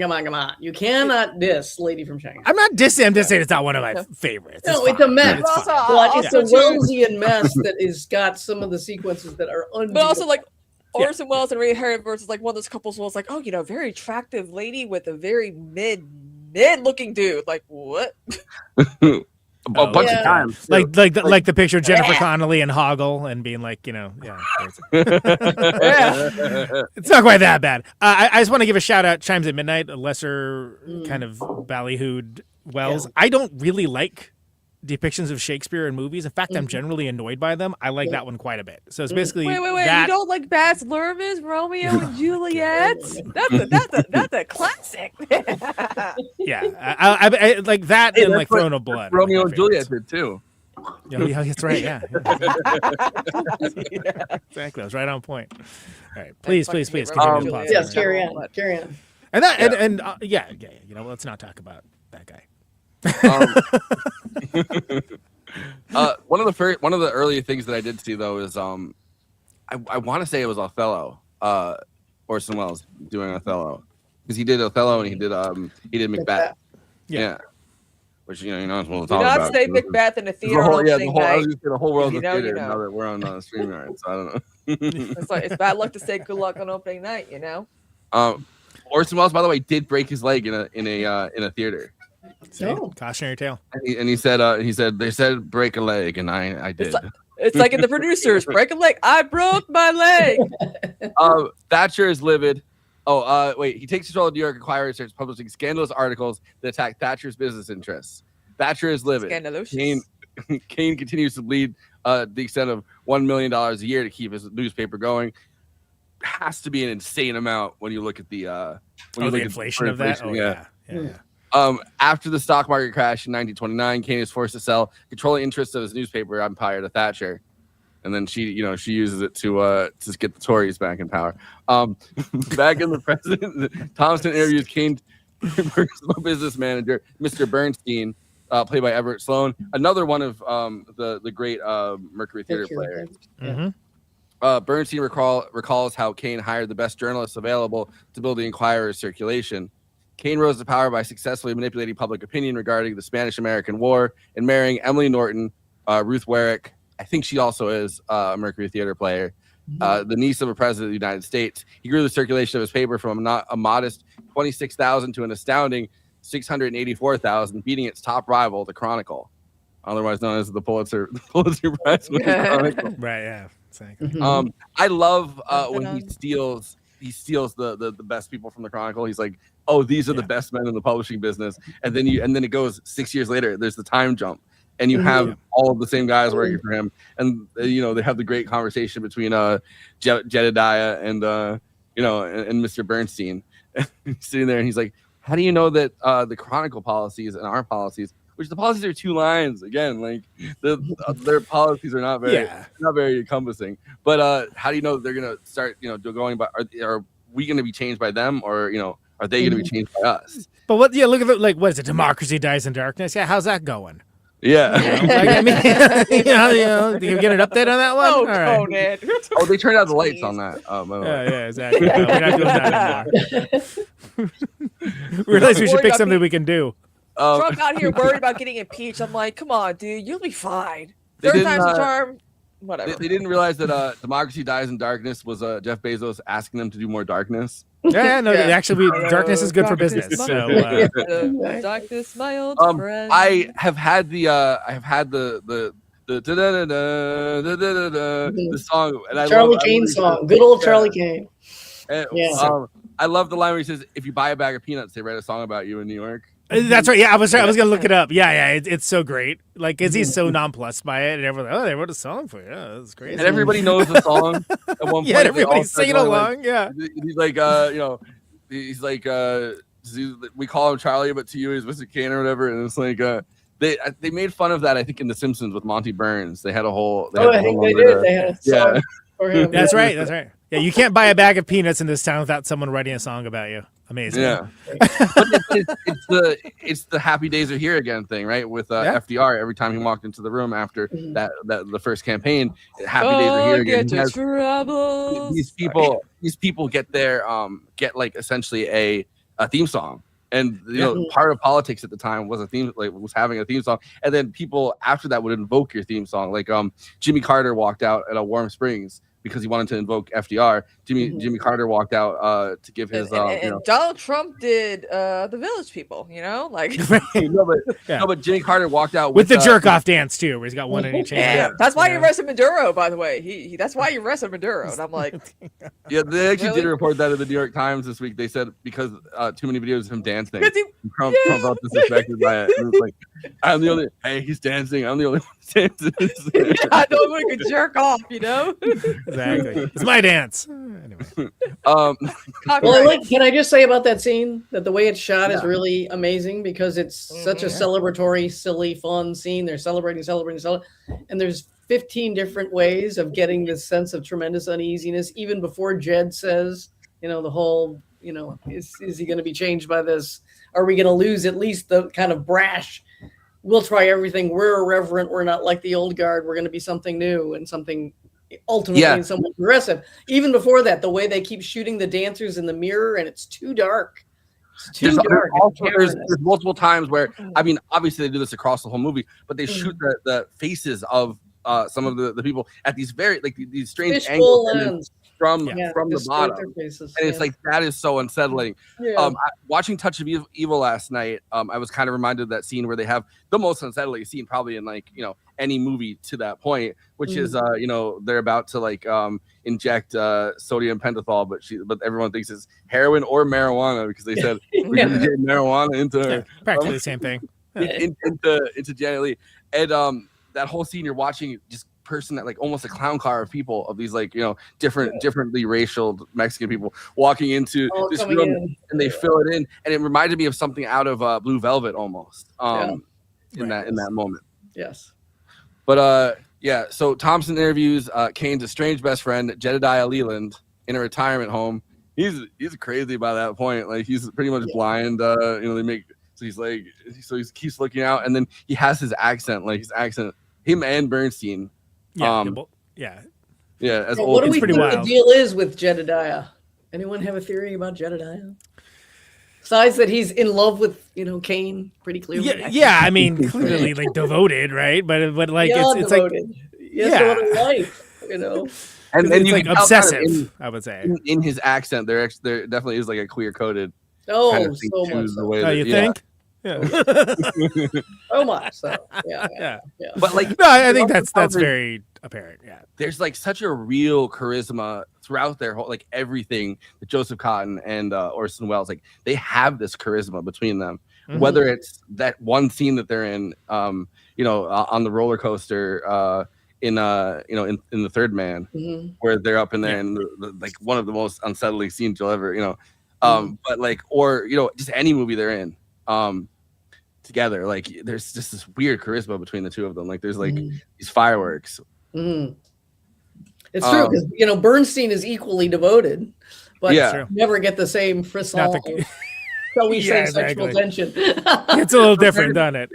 There's weird things both with Welles and with Mank. They take parts of their own lives obviously, and they've included the story. So Mank had worked as a drama critic for a long time. Yeah.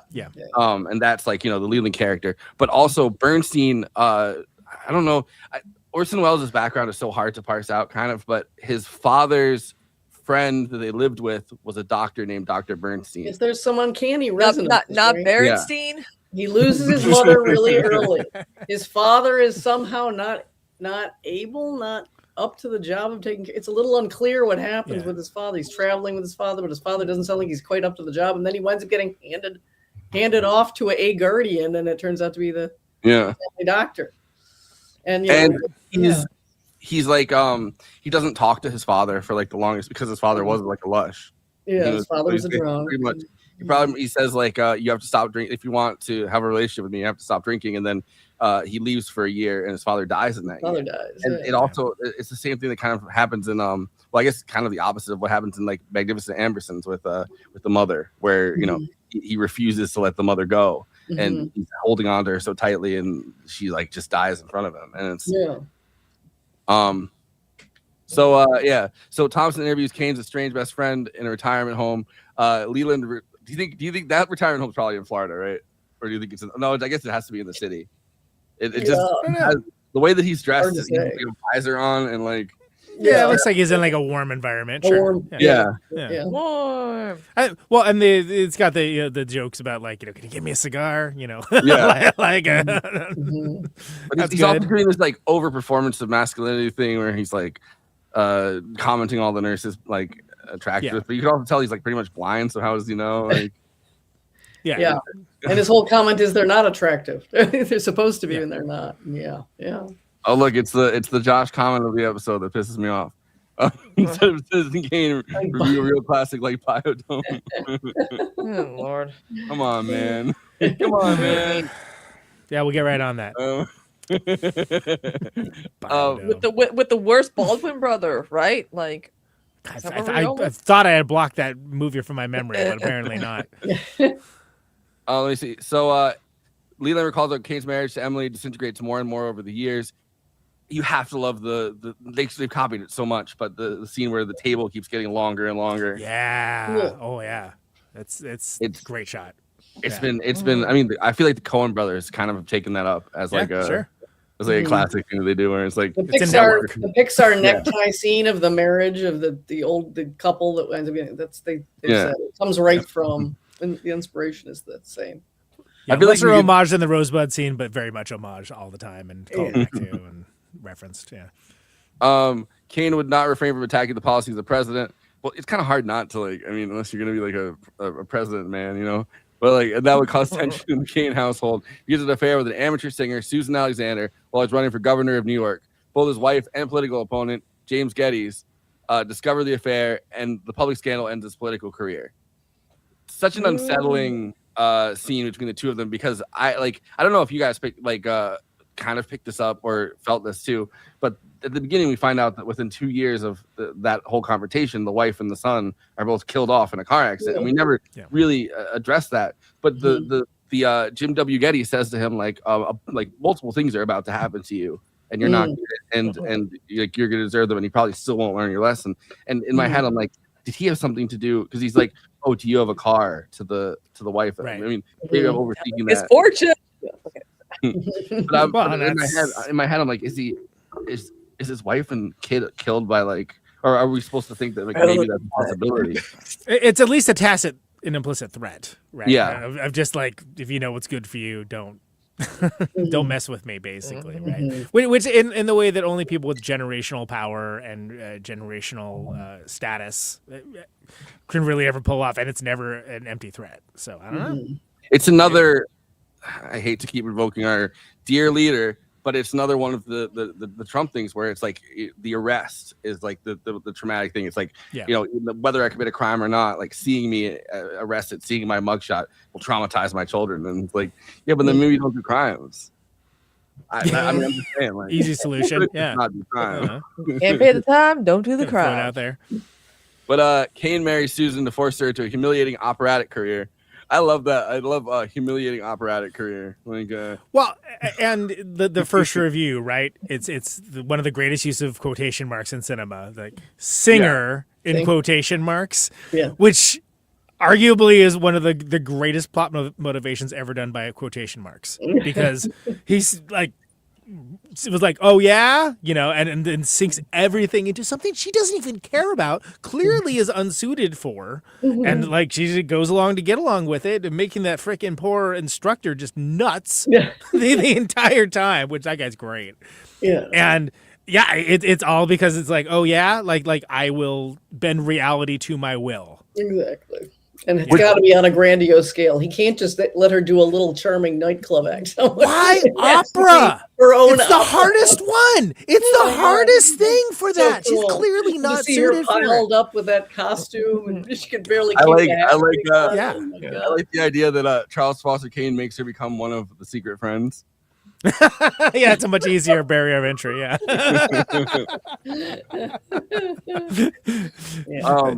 Keep it on the lower register anyway. By the way, my favorite is kind of a long line, but my favorite the political confrontation between Leland and it probably is in love with him, but between Leland and Charles Foster Kane, where he says, "You talk about the people as though you own them, as if they belong to you. As long as I can remember, you've talked about giving the people their rights, as if you can make them a present of liberty." But he says liberty. I like the way that he says it. As a reward for services rendered. Remember the working man? Used to write an awful lot about the working man. Now he's turning into something called organized labor, and you're not going to like that one bit when you find out it means your working man expects something as his right, not as your gift, Charlie. Mm-hmm. I love that. Yeah. I love that so much. Yeah. It's a great speech. It's an important distinction, and he's not wrong. Oh, another small monologue that wasn't mentioned in here is the white parasol speech. Everybody talks about that with Bernstein talking about how he saw a woman with a white parasol across the ferry, and since that day he's never stopped thinking about it for like 50 years. And it's like, bro, get laid, but I get it. But I have to say, it's but getting laid won't help. Yeah, because she's a perfect romantic vision. Yeah, that's the opposite of just getting laid. Yeah. But I have to he's say, real lonely in that. For you young, I know some perfect visions of people, and I'm definitely not gonna get laid by them. Okay. Well, okay. No, but it's really. I guess they can help. They can save me though. It's such a young person film, but it's really sensitive to issues of age, and the makeup is just mwah. Usually people like screw up old age makeup. It's so much better than most movies today. Where it's like, oh my God, just don't do it. Yeah, that's true too. Like I just don't. I mean, I was watching The Fellow Travelers. I'm like, oh, the makeup for when they get older looks actually really good. But then there's some movies where it's like, shadows, like what's going on here? Let's try the digital de-aging is the worst. That's the thing, right? Making them look older works very well here. Making them look younger would not have worked. Like I was watching Leslie Jones react to Wicked for Good, and she saw the moment where you see young Jeff Goldblum, and it's like she's like, "Why did he look like Michael Jackson?" That scared the fuck. Young Jeff Goldblum scared the fuck out of me. I looked up at the movie, I looked up at the screen, and went, "Ah!" It's like because they try to because these days they transfer the person's face onto like they do with like the Luke Skywalker. I'm like, no, the actor already looks like a just get Sebastian Stan. He looks just like him anyway. Hey, exactly. I don't understand why they're like we gotta digitally transfer. I'm like, no, the actor already looks like them. It's fine. No one's gonna care. You need to get you need to find his version of Brad Pitt in Once Upon a Time in Hollywood. Right, exactly. All right, let's keep it moving. Come on, let's go. I wanted to call back to the last week's episode. That's good. I got it. Back in the present, Susan now consents to an interview with Thompson and recalls her failed opera career. Kane finally allows her to abandon her singing career after she attempts suicide. It just feels like there has to be another off-road before that. But it's a pretty extreme, yeah. The years spent dominated by Kane living in isolation at Xanadu. Susan leaves Kane.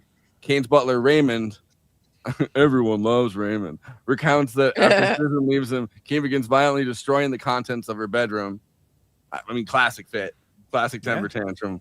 I get it. Like, cool guy doing cool guy things. Exactly. It's very normal. And then he stops. He's like, Rosebud. I love because the Paul Stewart. He's got to be in more stuff that I've seen, but in Kiss Me Deadly, he's like the mob boss figure, and he's so good at that.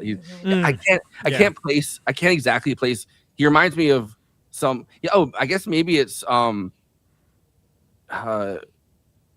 well, I guess it's like the Big Lebowski when we actually get the Ben Gazzara. It's Ben Gazzara, I think, that he kind of reminds me of. Oh, okay. Yeah, sure, I can see it. Yeah. I was trying to think in my head, like there's another. But because he has this thing with his lip that he does that's like so interesting to me. And I think Ben Gazzara not the Bill Skarsgård lip thing. to that's for those. No, it's like I don't think you can I don't think this is something that you can pick up as an affectation. I think this is like a thing that they both have that I don't know. I noticed like things about like certain faces where I'm like, this face feels like it's been transferred onto another, like through time almost. Yeah. Or this face can do stuff, Can't do it. A lot of people can't do it today. It's been dominated by Kane living in isolation in Xanadu. Yeah, I would have made him change the name. I'm just like Xanadu doesn't sound. I don't know. I just think of the Olivia Newton-John, Gene Kelly, Hollywood successful classic, and then the musical. It's from a Coleridge. I want to go roller skating, man. I want to go roller skating right now. They're like Xanadu is also like his reference to Kubla Khan and Kubla Khan, Sam like, I don't know, Coleridge. Esoteric reference for your house, buddy. My own Xanadu. Which that was like early 1800s, right? It's real. Yeah. I like the I like though when Jed Leland is kind of fucking with him and he's like, what's this place called? Atlantis? Sloppy Joe's? And he's like, no, just kidding. I know it's Xanadu. It's like, where did Sloppy Joe's come from? Or was it a stately pleasure dome decree? I think if I remember. Yeah. It's been years since I thought about that, but he's I don't know. I feel like Adam Sandler stole a line for when he's like Billy No, he's like when he's like sloppy Joe's for you. I made him real sloppy, just like you like him. I feel like he's like it's just an inherently funny turn, like word, like set of words. I guess. Yeah, sure. Yeah, I get it. Kane's mother Raymond recounts. He suddenly calms down when he sees a snow globe and says Rosebud. That's his autistic. It looks like sometimes people just need like a fidget spinner. Yeah, he's like he was stimming, and he needed Rosebud. Rosebud. Come on, buddy, you could do it. R.I.P. Charles Foster Kane. You would have loved fidget spinners. Yes, you really would have. Imagine a now version of like a modern version of Citizen Kane where it's his fidget spinner. That's what the big. The I mean, it would have been like 10 years ago because I don't think fidget spinners were that popular anymore. We gotta find what's new. What's next? I don't know. Something maybe it's squeezy thingy. Rosebud was his silly string. Rosebud was his name. Thompson concludes that he's unable to solve the mystery, and the meaning of Kane's last word will forever remain an enigma. As the film ends, the camera reveals that Rosebud is the trade name of a sled, which the 8-year-old Kane was playing the day he was taken off from his home in Colorado. Thought to be junked by Xanadu's staff, the sled is burned in a furnace.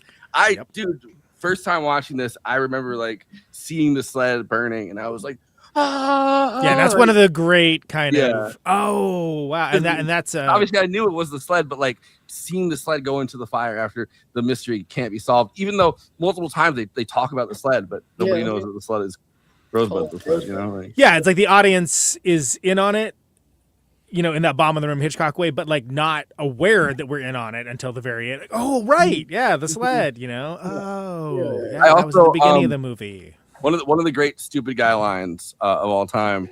At the end of it, he goes, "Well, Mr. Kane was someone who had everything and lost it. So maybe it's something that he couldn't have, or maybe it's something he lost." It's like, okay, well, that's all the thing. Oh yeah, you really narrowed it down there, Clouseau. Yeah. Okay. Okay. Good. Come up with that on your own, did you? Okay. Maybe it's a person, place, or thing. Right, yeah. Maybe it was an event, or I don't know, an inciting incident. Maybe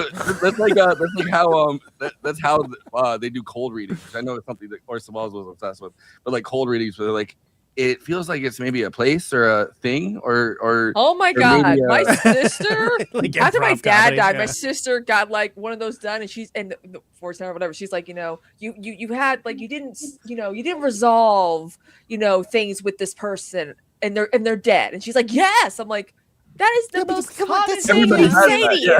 Oh yeah, it's a unique experience only to you. There was a person who was perhaps friends or family that were with you, but are no longer with you. Yeah. The amount of money my sister has wasted on mediums.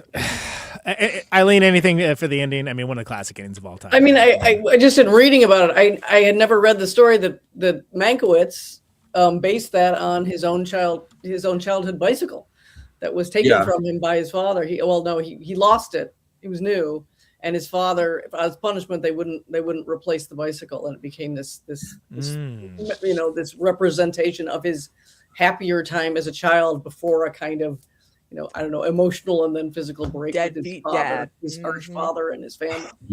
So also, I don't know if this story is apocryphal, or like one of the legends around it, but supposedly the name Rosebud, I know about this. That they got a lot of money and lost like a bunch of money. Because obviously, Mank was like kind of a degenerate gambler, so he had lost a lot of money on betting on Rosebud. Oh yes, that was like another thing. And then there's the other obscene reference of what Rosebud means. That's what I thought you were going for. Yeah, exactly. Yeah. Do we need to say this?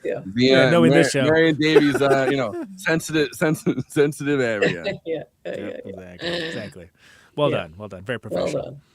Well, and it is interesting because Wells always denied that it was Marion Davies, William Randolph Hearst's mistress.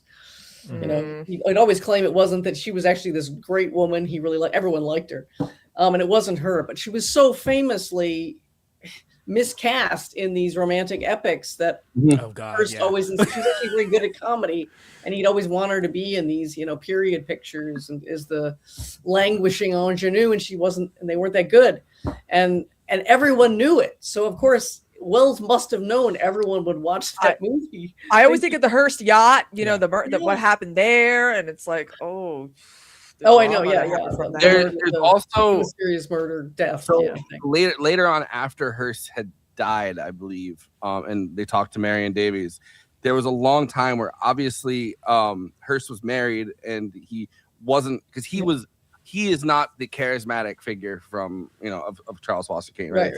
He is a far more kind of awkward and like kind of sinister figure, and he bathed himself in shadow essentially.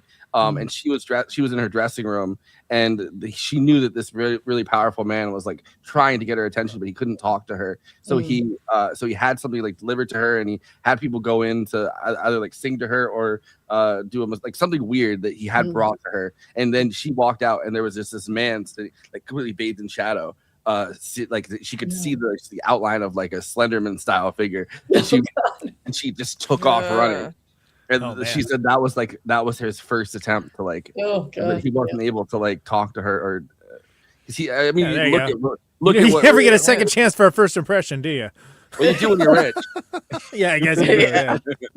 But when you look at him, he's not because Orson Welles is he's an interesting looking guy, but he's so handsome like in this, right? Like early in his career before he kind of has life take a hard toll on him.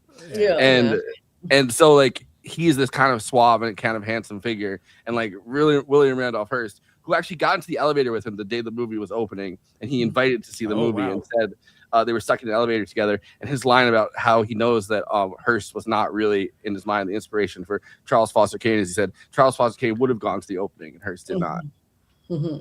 Yeah. There you go. Well, Letterboxd is a social media site for film lovers to talk out with and to each other about the movies they love, maybe the movies they didn't love, maybe the movies that they just make the same dumb, unfunny joke, much like the Biodome joke. No offense, Josh from Afternoon Tune. Everybody gets to have their say, not just Siskel's and Eberts of the world. Everyone gets to chime and opine. It's a bottom-up democracy. This is best expressed not only succinctly, but it's best embodied when people are actually funny instead of just, again, doing the same joke over and over and over again that wasn't funny in the first place. Which is basically like, Citizen Kane, yeah, it's no Biodome. That's the joke, by the way, that I'm referring to. And it's like, did you not read anything else before you posted? Okay, fine. I just saw the gift that says McClunky. McClunky. Clunky. So these are collected weekly by yours truly for Forrest and the rest of the panel to laugh at, laugh with, and that is what this bit is. These are Letterboxd one-liners for Citizen Kane. Let's roll them. What a terrible name for a sled. Yeah. Although it is better than I remember when I was a kid. There was either a wagon or maybe this is my Rosebud, but there's like a wagon. It was like a wheeler wagon. I was like, this doesn't make me want to play with it. Not very evocative. Wheeler wagon. As the saying goes, they truly don't make films like this anymore. Clever wordplay. Can't read too fast. I wish you had the Gary Oldman voice where he's like, as the saying goes, they truly don't make films like this anymore. Yeah. Get out of here, Gary Oldman. Gary Oldman. Get the fuck out of here. He was in that movie. I saw that movie. Man, I was turning the same age he said he was. I was like, oh, you're not wearing it very well, my friend. I saw it on my birthday. It was funny. It's crazy, right? The first big role he has, Sid and Nancy, like 1986. Yeah. And it's like, goddamn. He did his own singing, right? So basically, right. So basically, for the people that have seen the Netflix classic Mank, I saw it the day that I turned 43, and Gary Oldman was supposed to be the same age as me, and I was like, that's a hard 43, buddy. Well, he's drinking a lot. I forgot Bill Nye the Science Guy's in the movie. He is? Yeah, it's the socialist. Upton Sinclair. Yeah, exactly. Great. All right, he's like, I'm going to show you how to do dialectical materialism right now. What I would give to have a huge table just for puzzles. Yeah, hey, I literally cleaned for a lady who does puzzles, and she's the one where when I was cleaning her house and I found her husband's suicide note before he shot himself. Wow. And I was like, I don't like cleaning off desks and big spaces with a lot of junk on it, because you might find someone's suicide note. You never know, you know? Clean off big spaces. That's what we call it. Over at the space. Exactly. I just know that Stage Views by Jed Leland is the cattiest and bitchiest column known to man. Yeah, I love that he's still like later on. It's just it's the Joseph Cotten face. Yeah, he's like, and he's like he's looking all crazy. It's good. He probably had a blast. Besides not being able to smoke cigars, he was probably having a blast in that nursing home. Yeah, you know he was holding court the entire time, right? You know it. Everyone. The thing that I think that they capture so well with people that are decades older than them in this is the fact of how much they like to talk. So the guy comes to them and they're like, well, I don't know Rosebud, but I do know, and it's like you find out like all this stuff, and the guy's like, okay, but like Rose, like what the fuck is Rosebud? Like, yeah.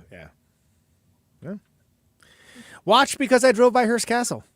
Hey, there we go. Exactly. Have you been to his castle? Did you know he's got a castle? Yeah, he does. I've driven by it way more than I have been to it, but I have been to it. I think that's now you can like rent rooms there and stuff, right? Like I think so. Yeah. I want to be there. San Simeon. In San Simeon. It's beautiful. That part of the coast is beautiful. So. Monkey Town, San Simeon. What was the deal with that cockatoo jump scare? Okay, so cockatoo. So Wells was afraid that people would miss the ending of the film and that they had fallen asleep.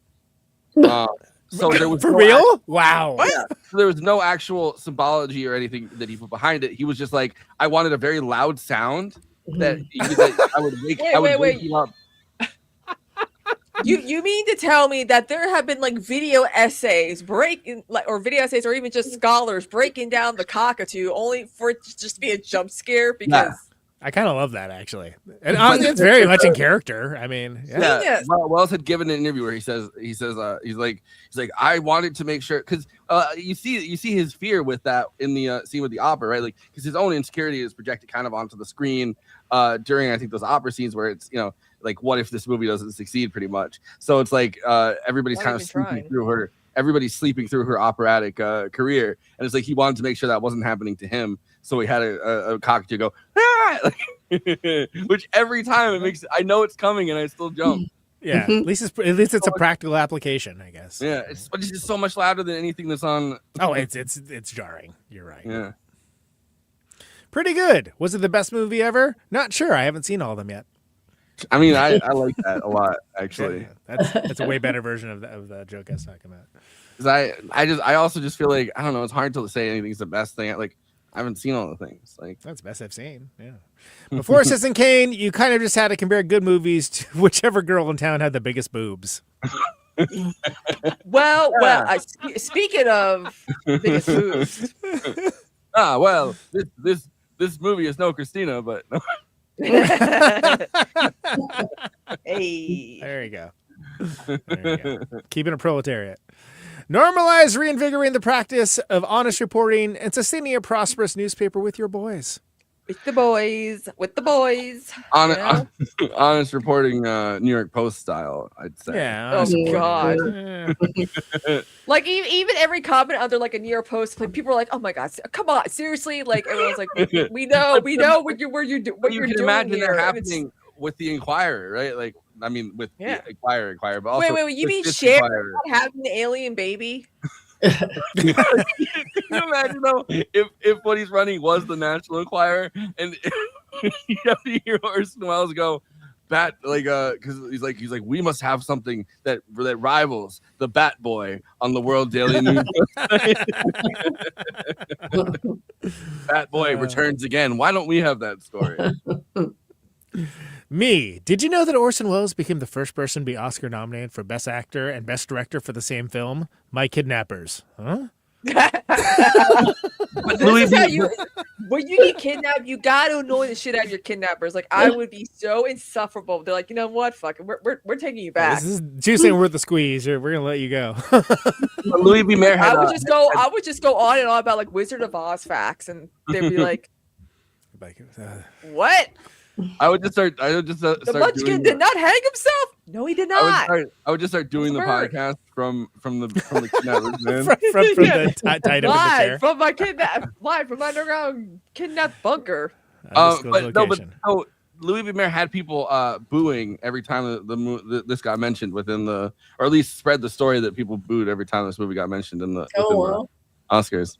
God, wow, he's such a nice fellow. Yeah, it's a real gem. Oscars wouldn't have the Oscars because of his nice house, you know. McClunky, there he is. Louis B. Mayer, everybody. Louis B. Mayer shot first. Louis B. McClunky. Louis B. McClunky. All right, those are Letterboxd one-liners for Citizen Kane. Please follow the show at Movie Night Extra on the popular Letterboxd format, where we have 10-minute short-form content with all the great episodes we do, everything logged out in long form on there. The Barber of Xanadu over there, at Always Flacco, he is logging. He went on quite the Orson Welles journey this week, I must say. Yeah, it wasn't completist, but I was like, oh, he's really going for it. Nice. So follow him. Think I got most of his Hollywood period. I think I got pretty much all of his. That wasn't Shakespearean. Chimes at Midnight does rock. It's the only movie about Falstaff that I would go to war for, so to speak. But anyway, that's a niche topic and not for the main discussion. I am at Conan Neutron fraud at polls. It's so sad. Like this one, that one. Yeah. Okay. Follow me along for 2020 election. Follow me along for the Criterion Challenge 2026. Well on its way. If you can participate, he's almost done, guys. Yeah, it's not almost done. I've got a good start. Is what I'll say. We'll leave it at that. The modern fraud poll is he's holding up Trump wins biggest landslide in history. He goes, this one, that one. This is Joe Biden. Look at this one. Look at that one. Look at it. So follow me along for the highbrow, the midbrow, the populist fair, all that good stuff at Conan Neutron. I'm Kristina down there. Have you been to Hearst Castle? I have, actually, yes. And you can follow Kristina at Kristina. It haven't been a lot of logs lately, but this isn't a freaking. I rewatched some classics that I loved, like Unfaithful, and we need to bring back a rock thrillers, just. Diane Lane should have gotten that Oscar, except I think it was Nicole Kidman, that fake ass nose. Anyway, I'm not mad at it, but I don't know if I would call it a classic. But anyway, that's neither here nor there. Follow along. I'm Kristina. Eileen Jones, just being faithful. Eileen Jones, way too busy for the likes of Letterboxd. We are going to hit it with the plugs, please. If you're watching us on YouTube, please like and subscribe, and then hit the bell to get notified whenever we're streaming. And we'd humbly request that you watch the video to the end because it helps us with the algorithm and helps more film fans to discover the show.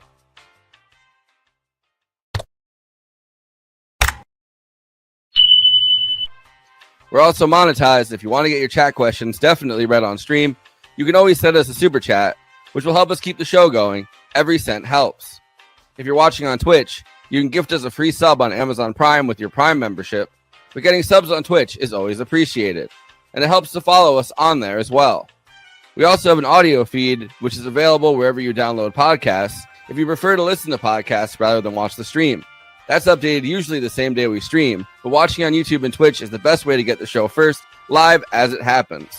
If you want to support us with a monthly donation and get access to all of our after parties forever, which go patron only after we do them, you can become a patron at patreon.com/movie night extra. Link is in the description for that. It really helps us keep the show going since we do have some expenses to make this happen.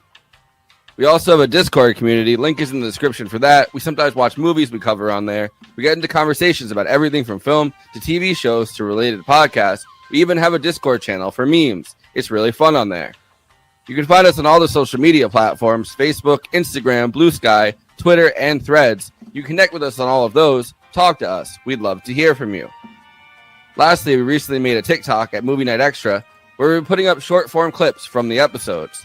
Okay, passing this to Conan so he can tell you about his music and this week's Protonic Reversal. Conan, who's on Protonic this week? You bet. Yeah, Paul Jenkins of the Blackheart Procession. First Protonic Reversal of 2026. Blackheart is back. They're playing a bunch of shows. Very excited to have that band on. I feel like generationally, like maybe picked up the slack from The Cure for Bummer Time jams. And very excited for that this Thursday. 8 Eastern, 7 Central, 6 Mountain, 5 Pacific. ProtonicReversal.com for the archives. Always free. No ads, no sponsors. No kidding. $1 a month. Patreon.com/Protonic Reversal. Probably going to do a Patreon drive in the next week or two. So if you enjoy the show and you want to put in a $1 Bernie Sanders style model, please do so. Thank you. And William Goldsmith from Sandy Real Estate and, for one record at least, Foo Fighters coming back on the show next week as well, which a lot of people have been asking about that. There's a new Assertion record made a year in best of, so that should be a good one as well. A couple of things I can't announce just yet, but it's going to be a heavy Protonic Reversal month. Conan Neutron, The Secret Friends. I will have tour dates to announce, I believe, next week, but I will say March and April and some good ones. So stay tuned for that. neutronfriends.bandcamp.com. Of course, get Way of the Neutron there, as well as any of your streaming platforms if you feel so inclined. New merch coming up in the next week or so. Probably by the time we get into Oscar season, we'll have some new stuff up. So if you have all the stuff, then you can get other stuff. What a time to be alive, right? Caterwall 3-day passes going on sale end of this month. I don't have the exact date, but stay tuned for that. There's a lot of good stuff coming for that. Kristina, what do you got? I did not get as drunk as I'd hoped on New Year's Eve. I don't know why. I just wasn't feeling it. I just had this existential dread, and look what the week has been. Not even a day. Hey, you were ahead of your curve. You're prescient. I was like this. I'm like, you know what? This New Year, I'm like, shit's gonna happen, and I was right. I'm like, there's nothing to celebrate. Same shit, different year. Literally.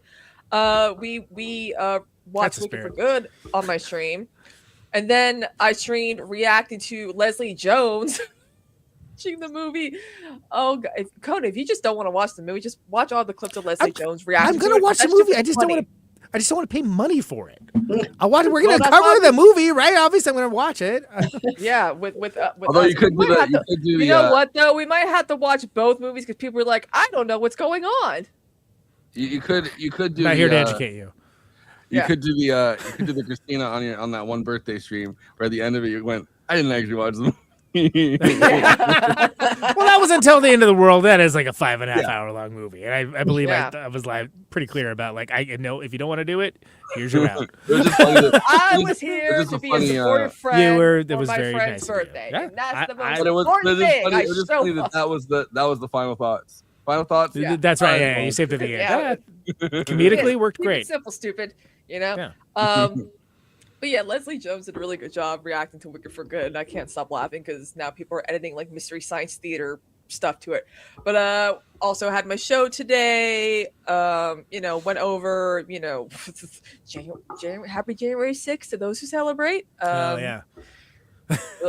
Critics' Choice Awards, which I'm like, I had a lot of thoughts on that, which was crazy. Probably talk about that in the after party, I would imagine. Yeah, the fashion though, very important to talk about. Also, my girl Nicole, her boy Timothy won Best Actor. I thought it was gonna be Leo. Did you hear about that, Eileen? I'm friends with Nicole Flinner, who's Timothy Chalamet's mom on Facebook, because I know a lot of like New York people. So I'm like, congratulations. And she's like, her whole Facebook page is just her son. She loves her son. Her son is so talented. It's just so funny.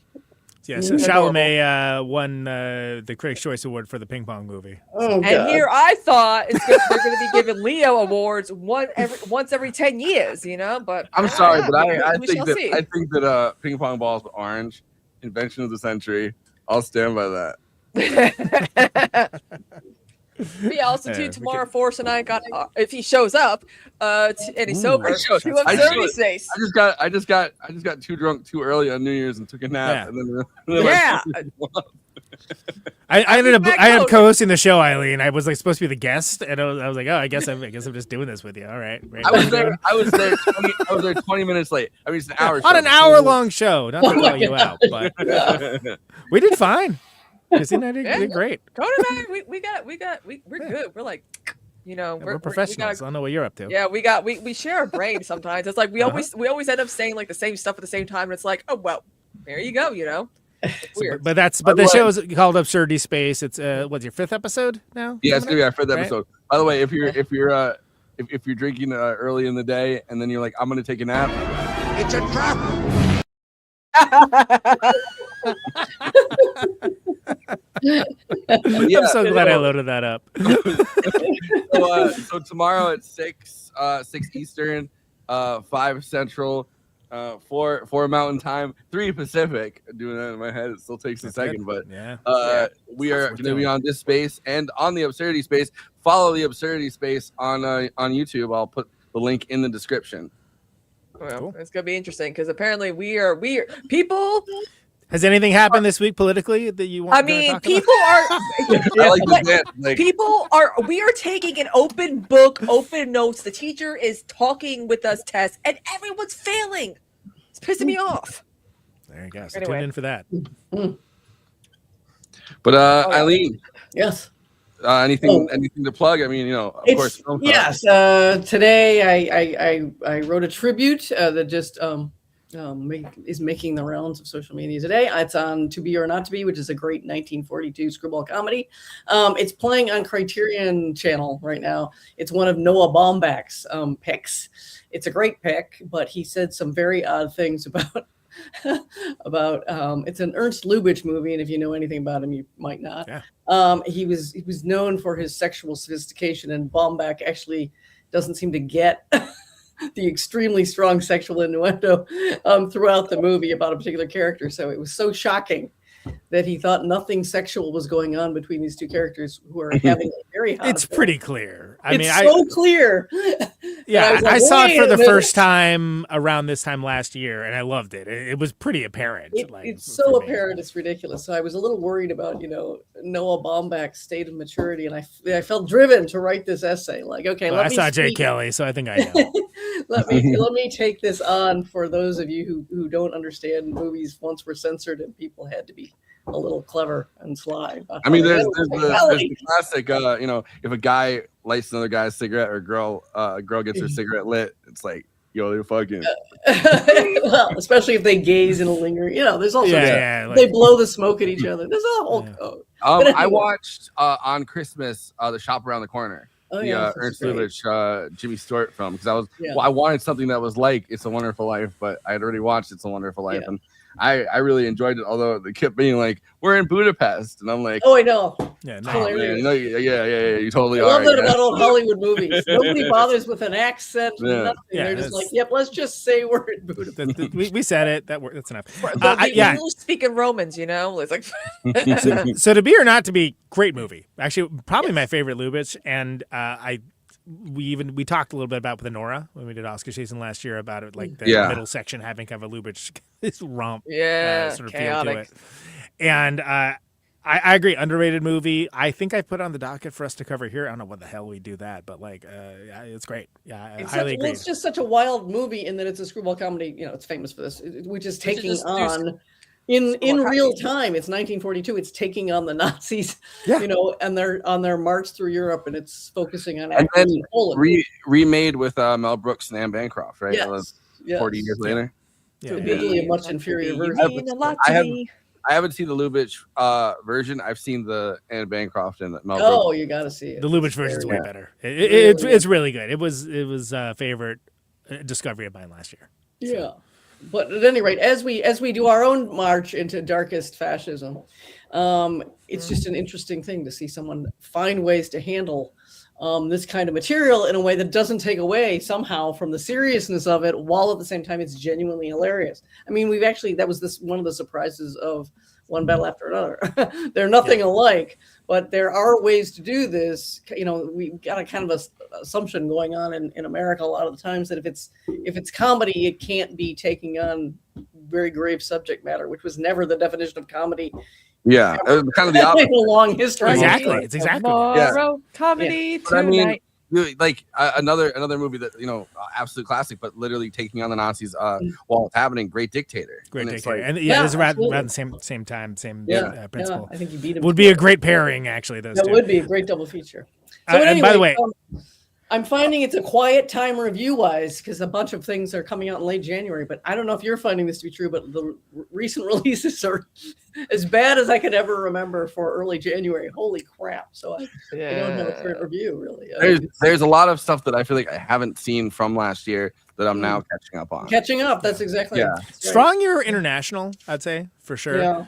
Yeah. Until recently, of the major Best Picture candidates that are likely nominees, I was like, I'm into like all these in some capacity, except for I saw Hamnet, and less said about that, the better. Oh, which I still haven't seen. Yeah, so I'm kind of dreading it. I don't know. But anyway, whatever. A lot of people seem to love it. Fine. Yeah.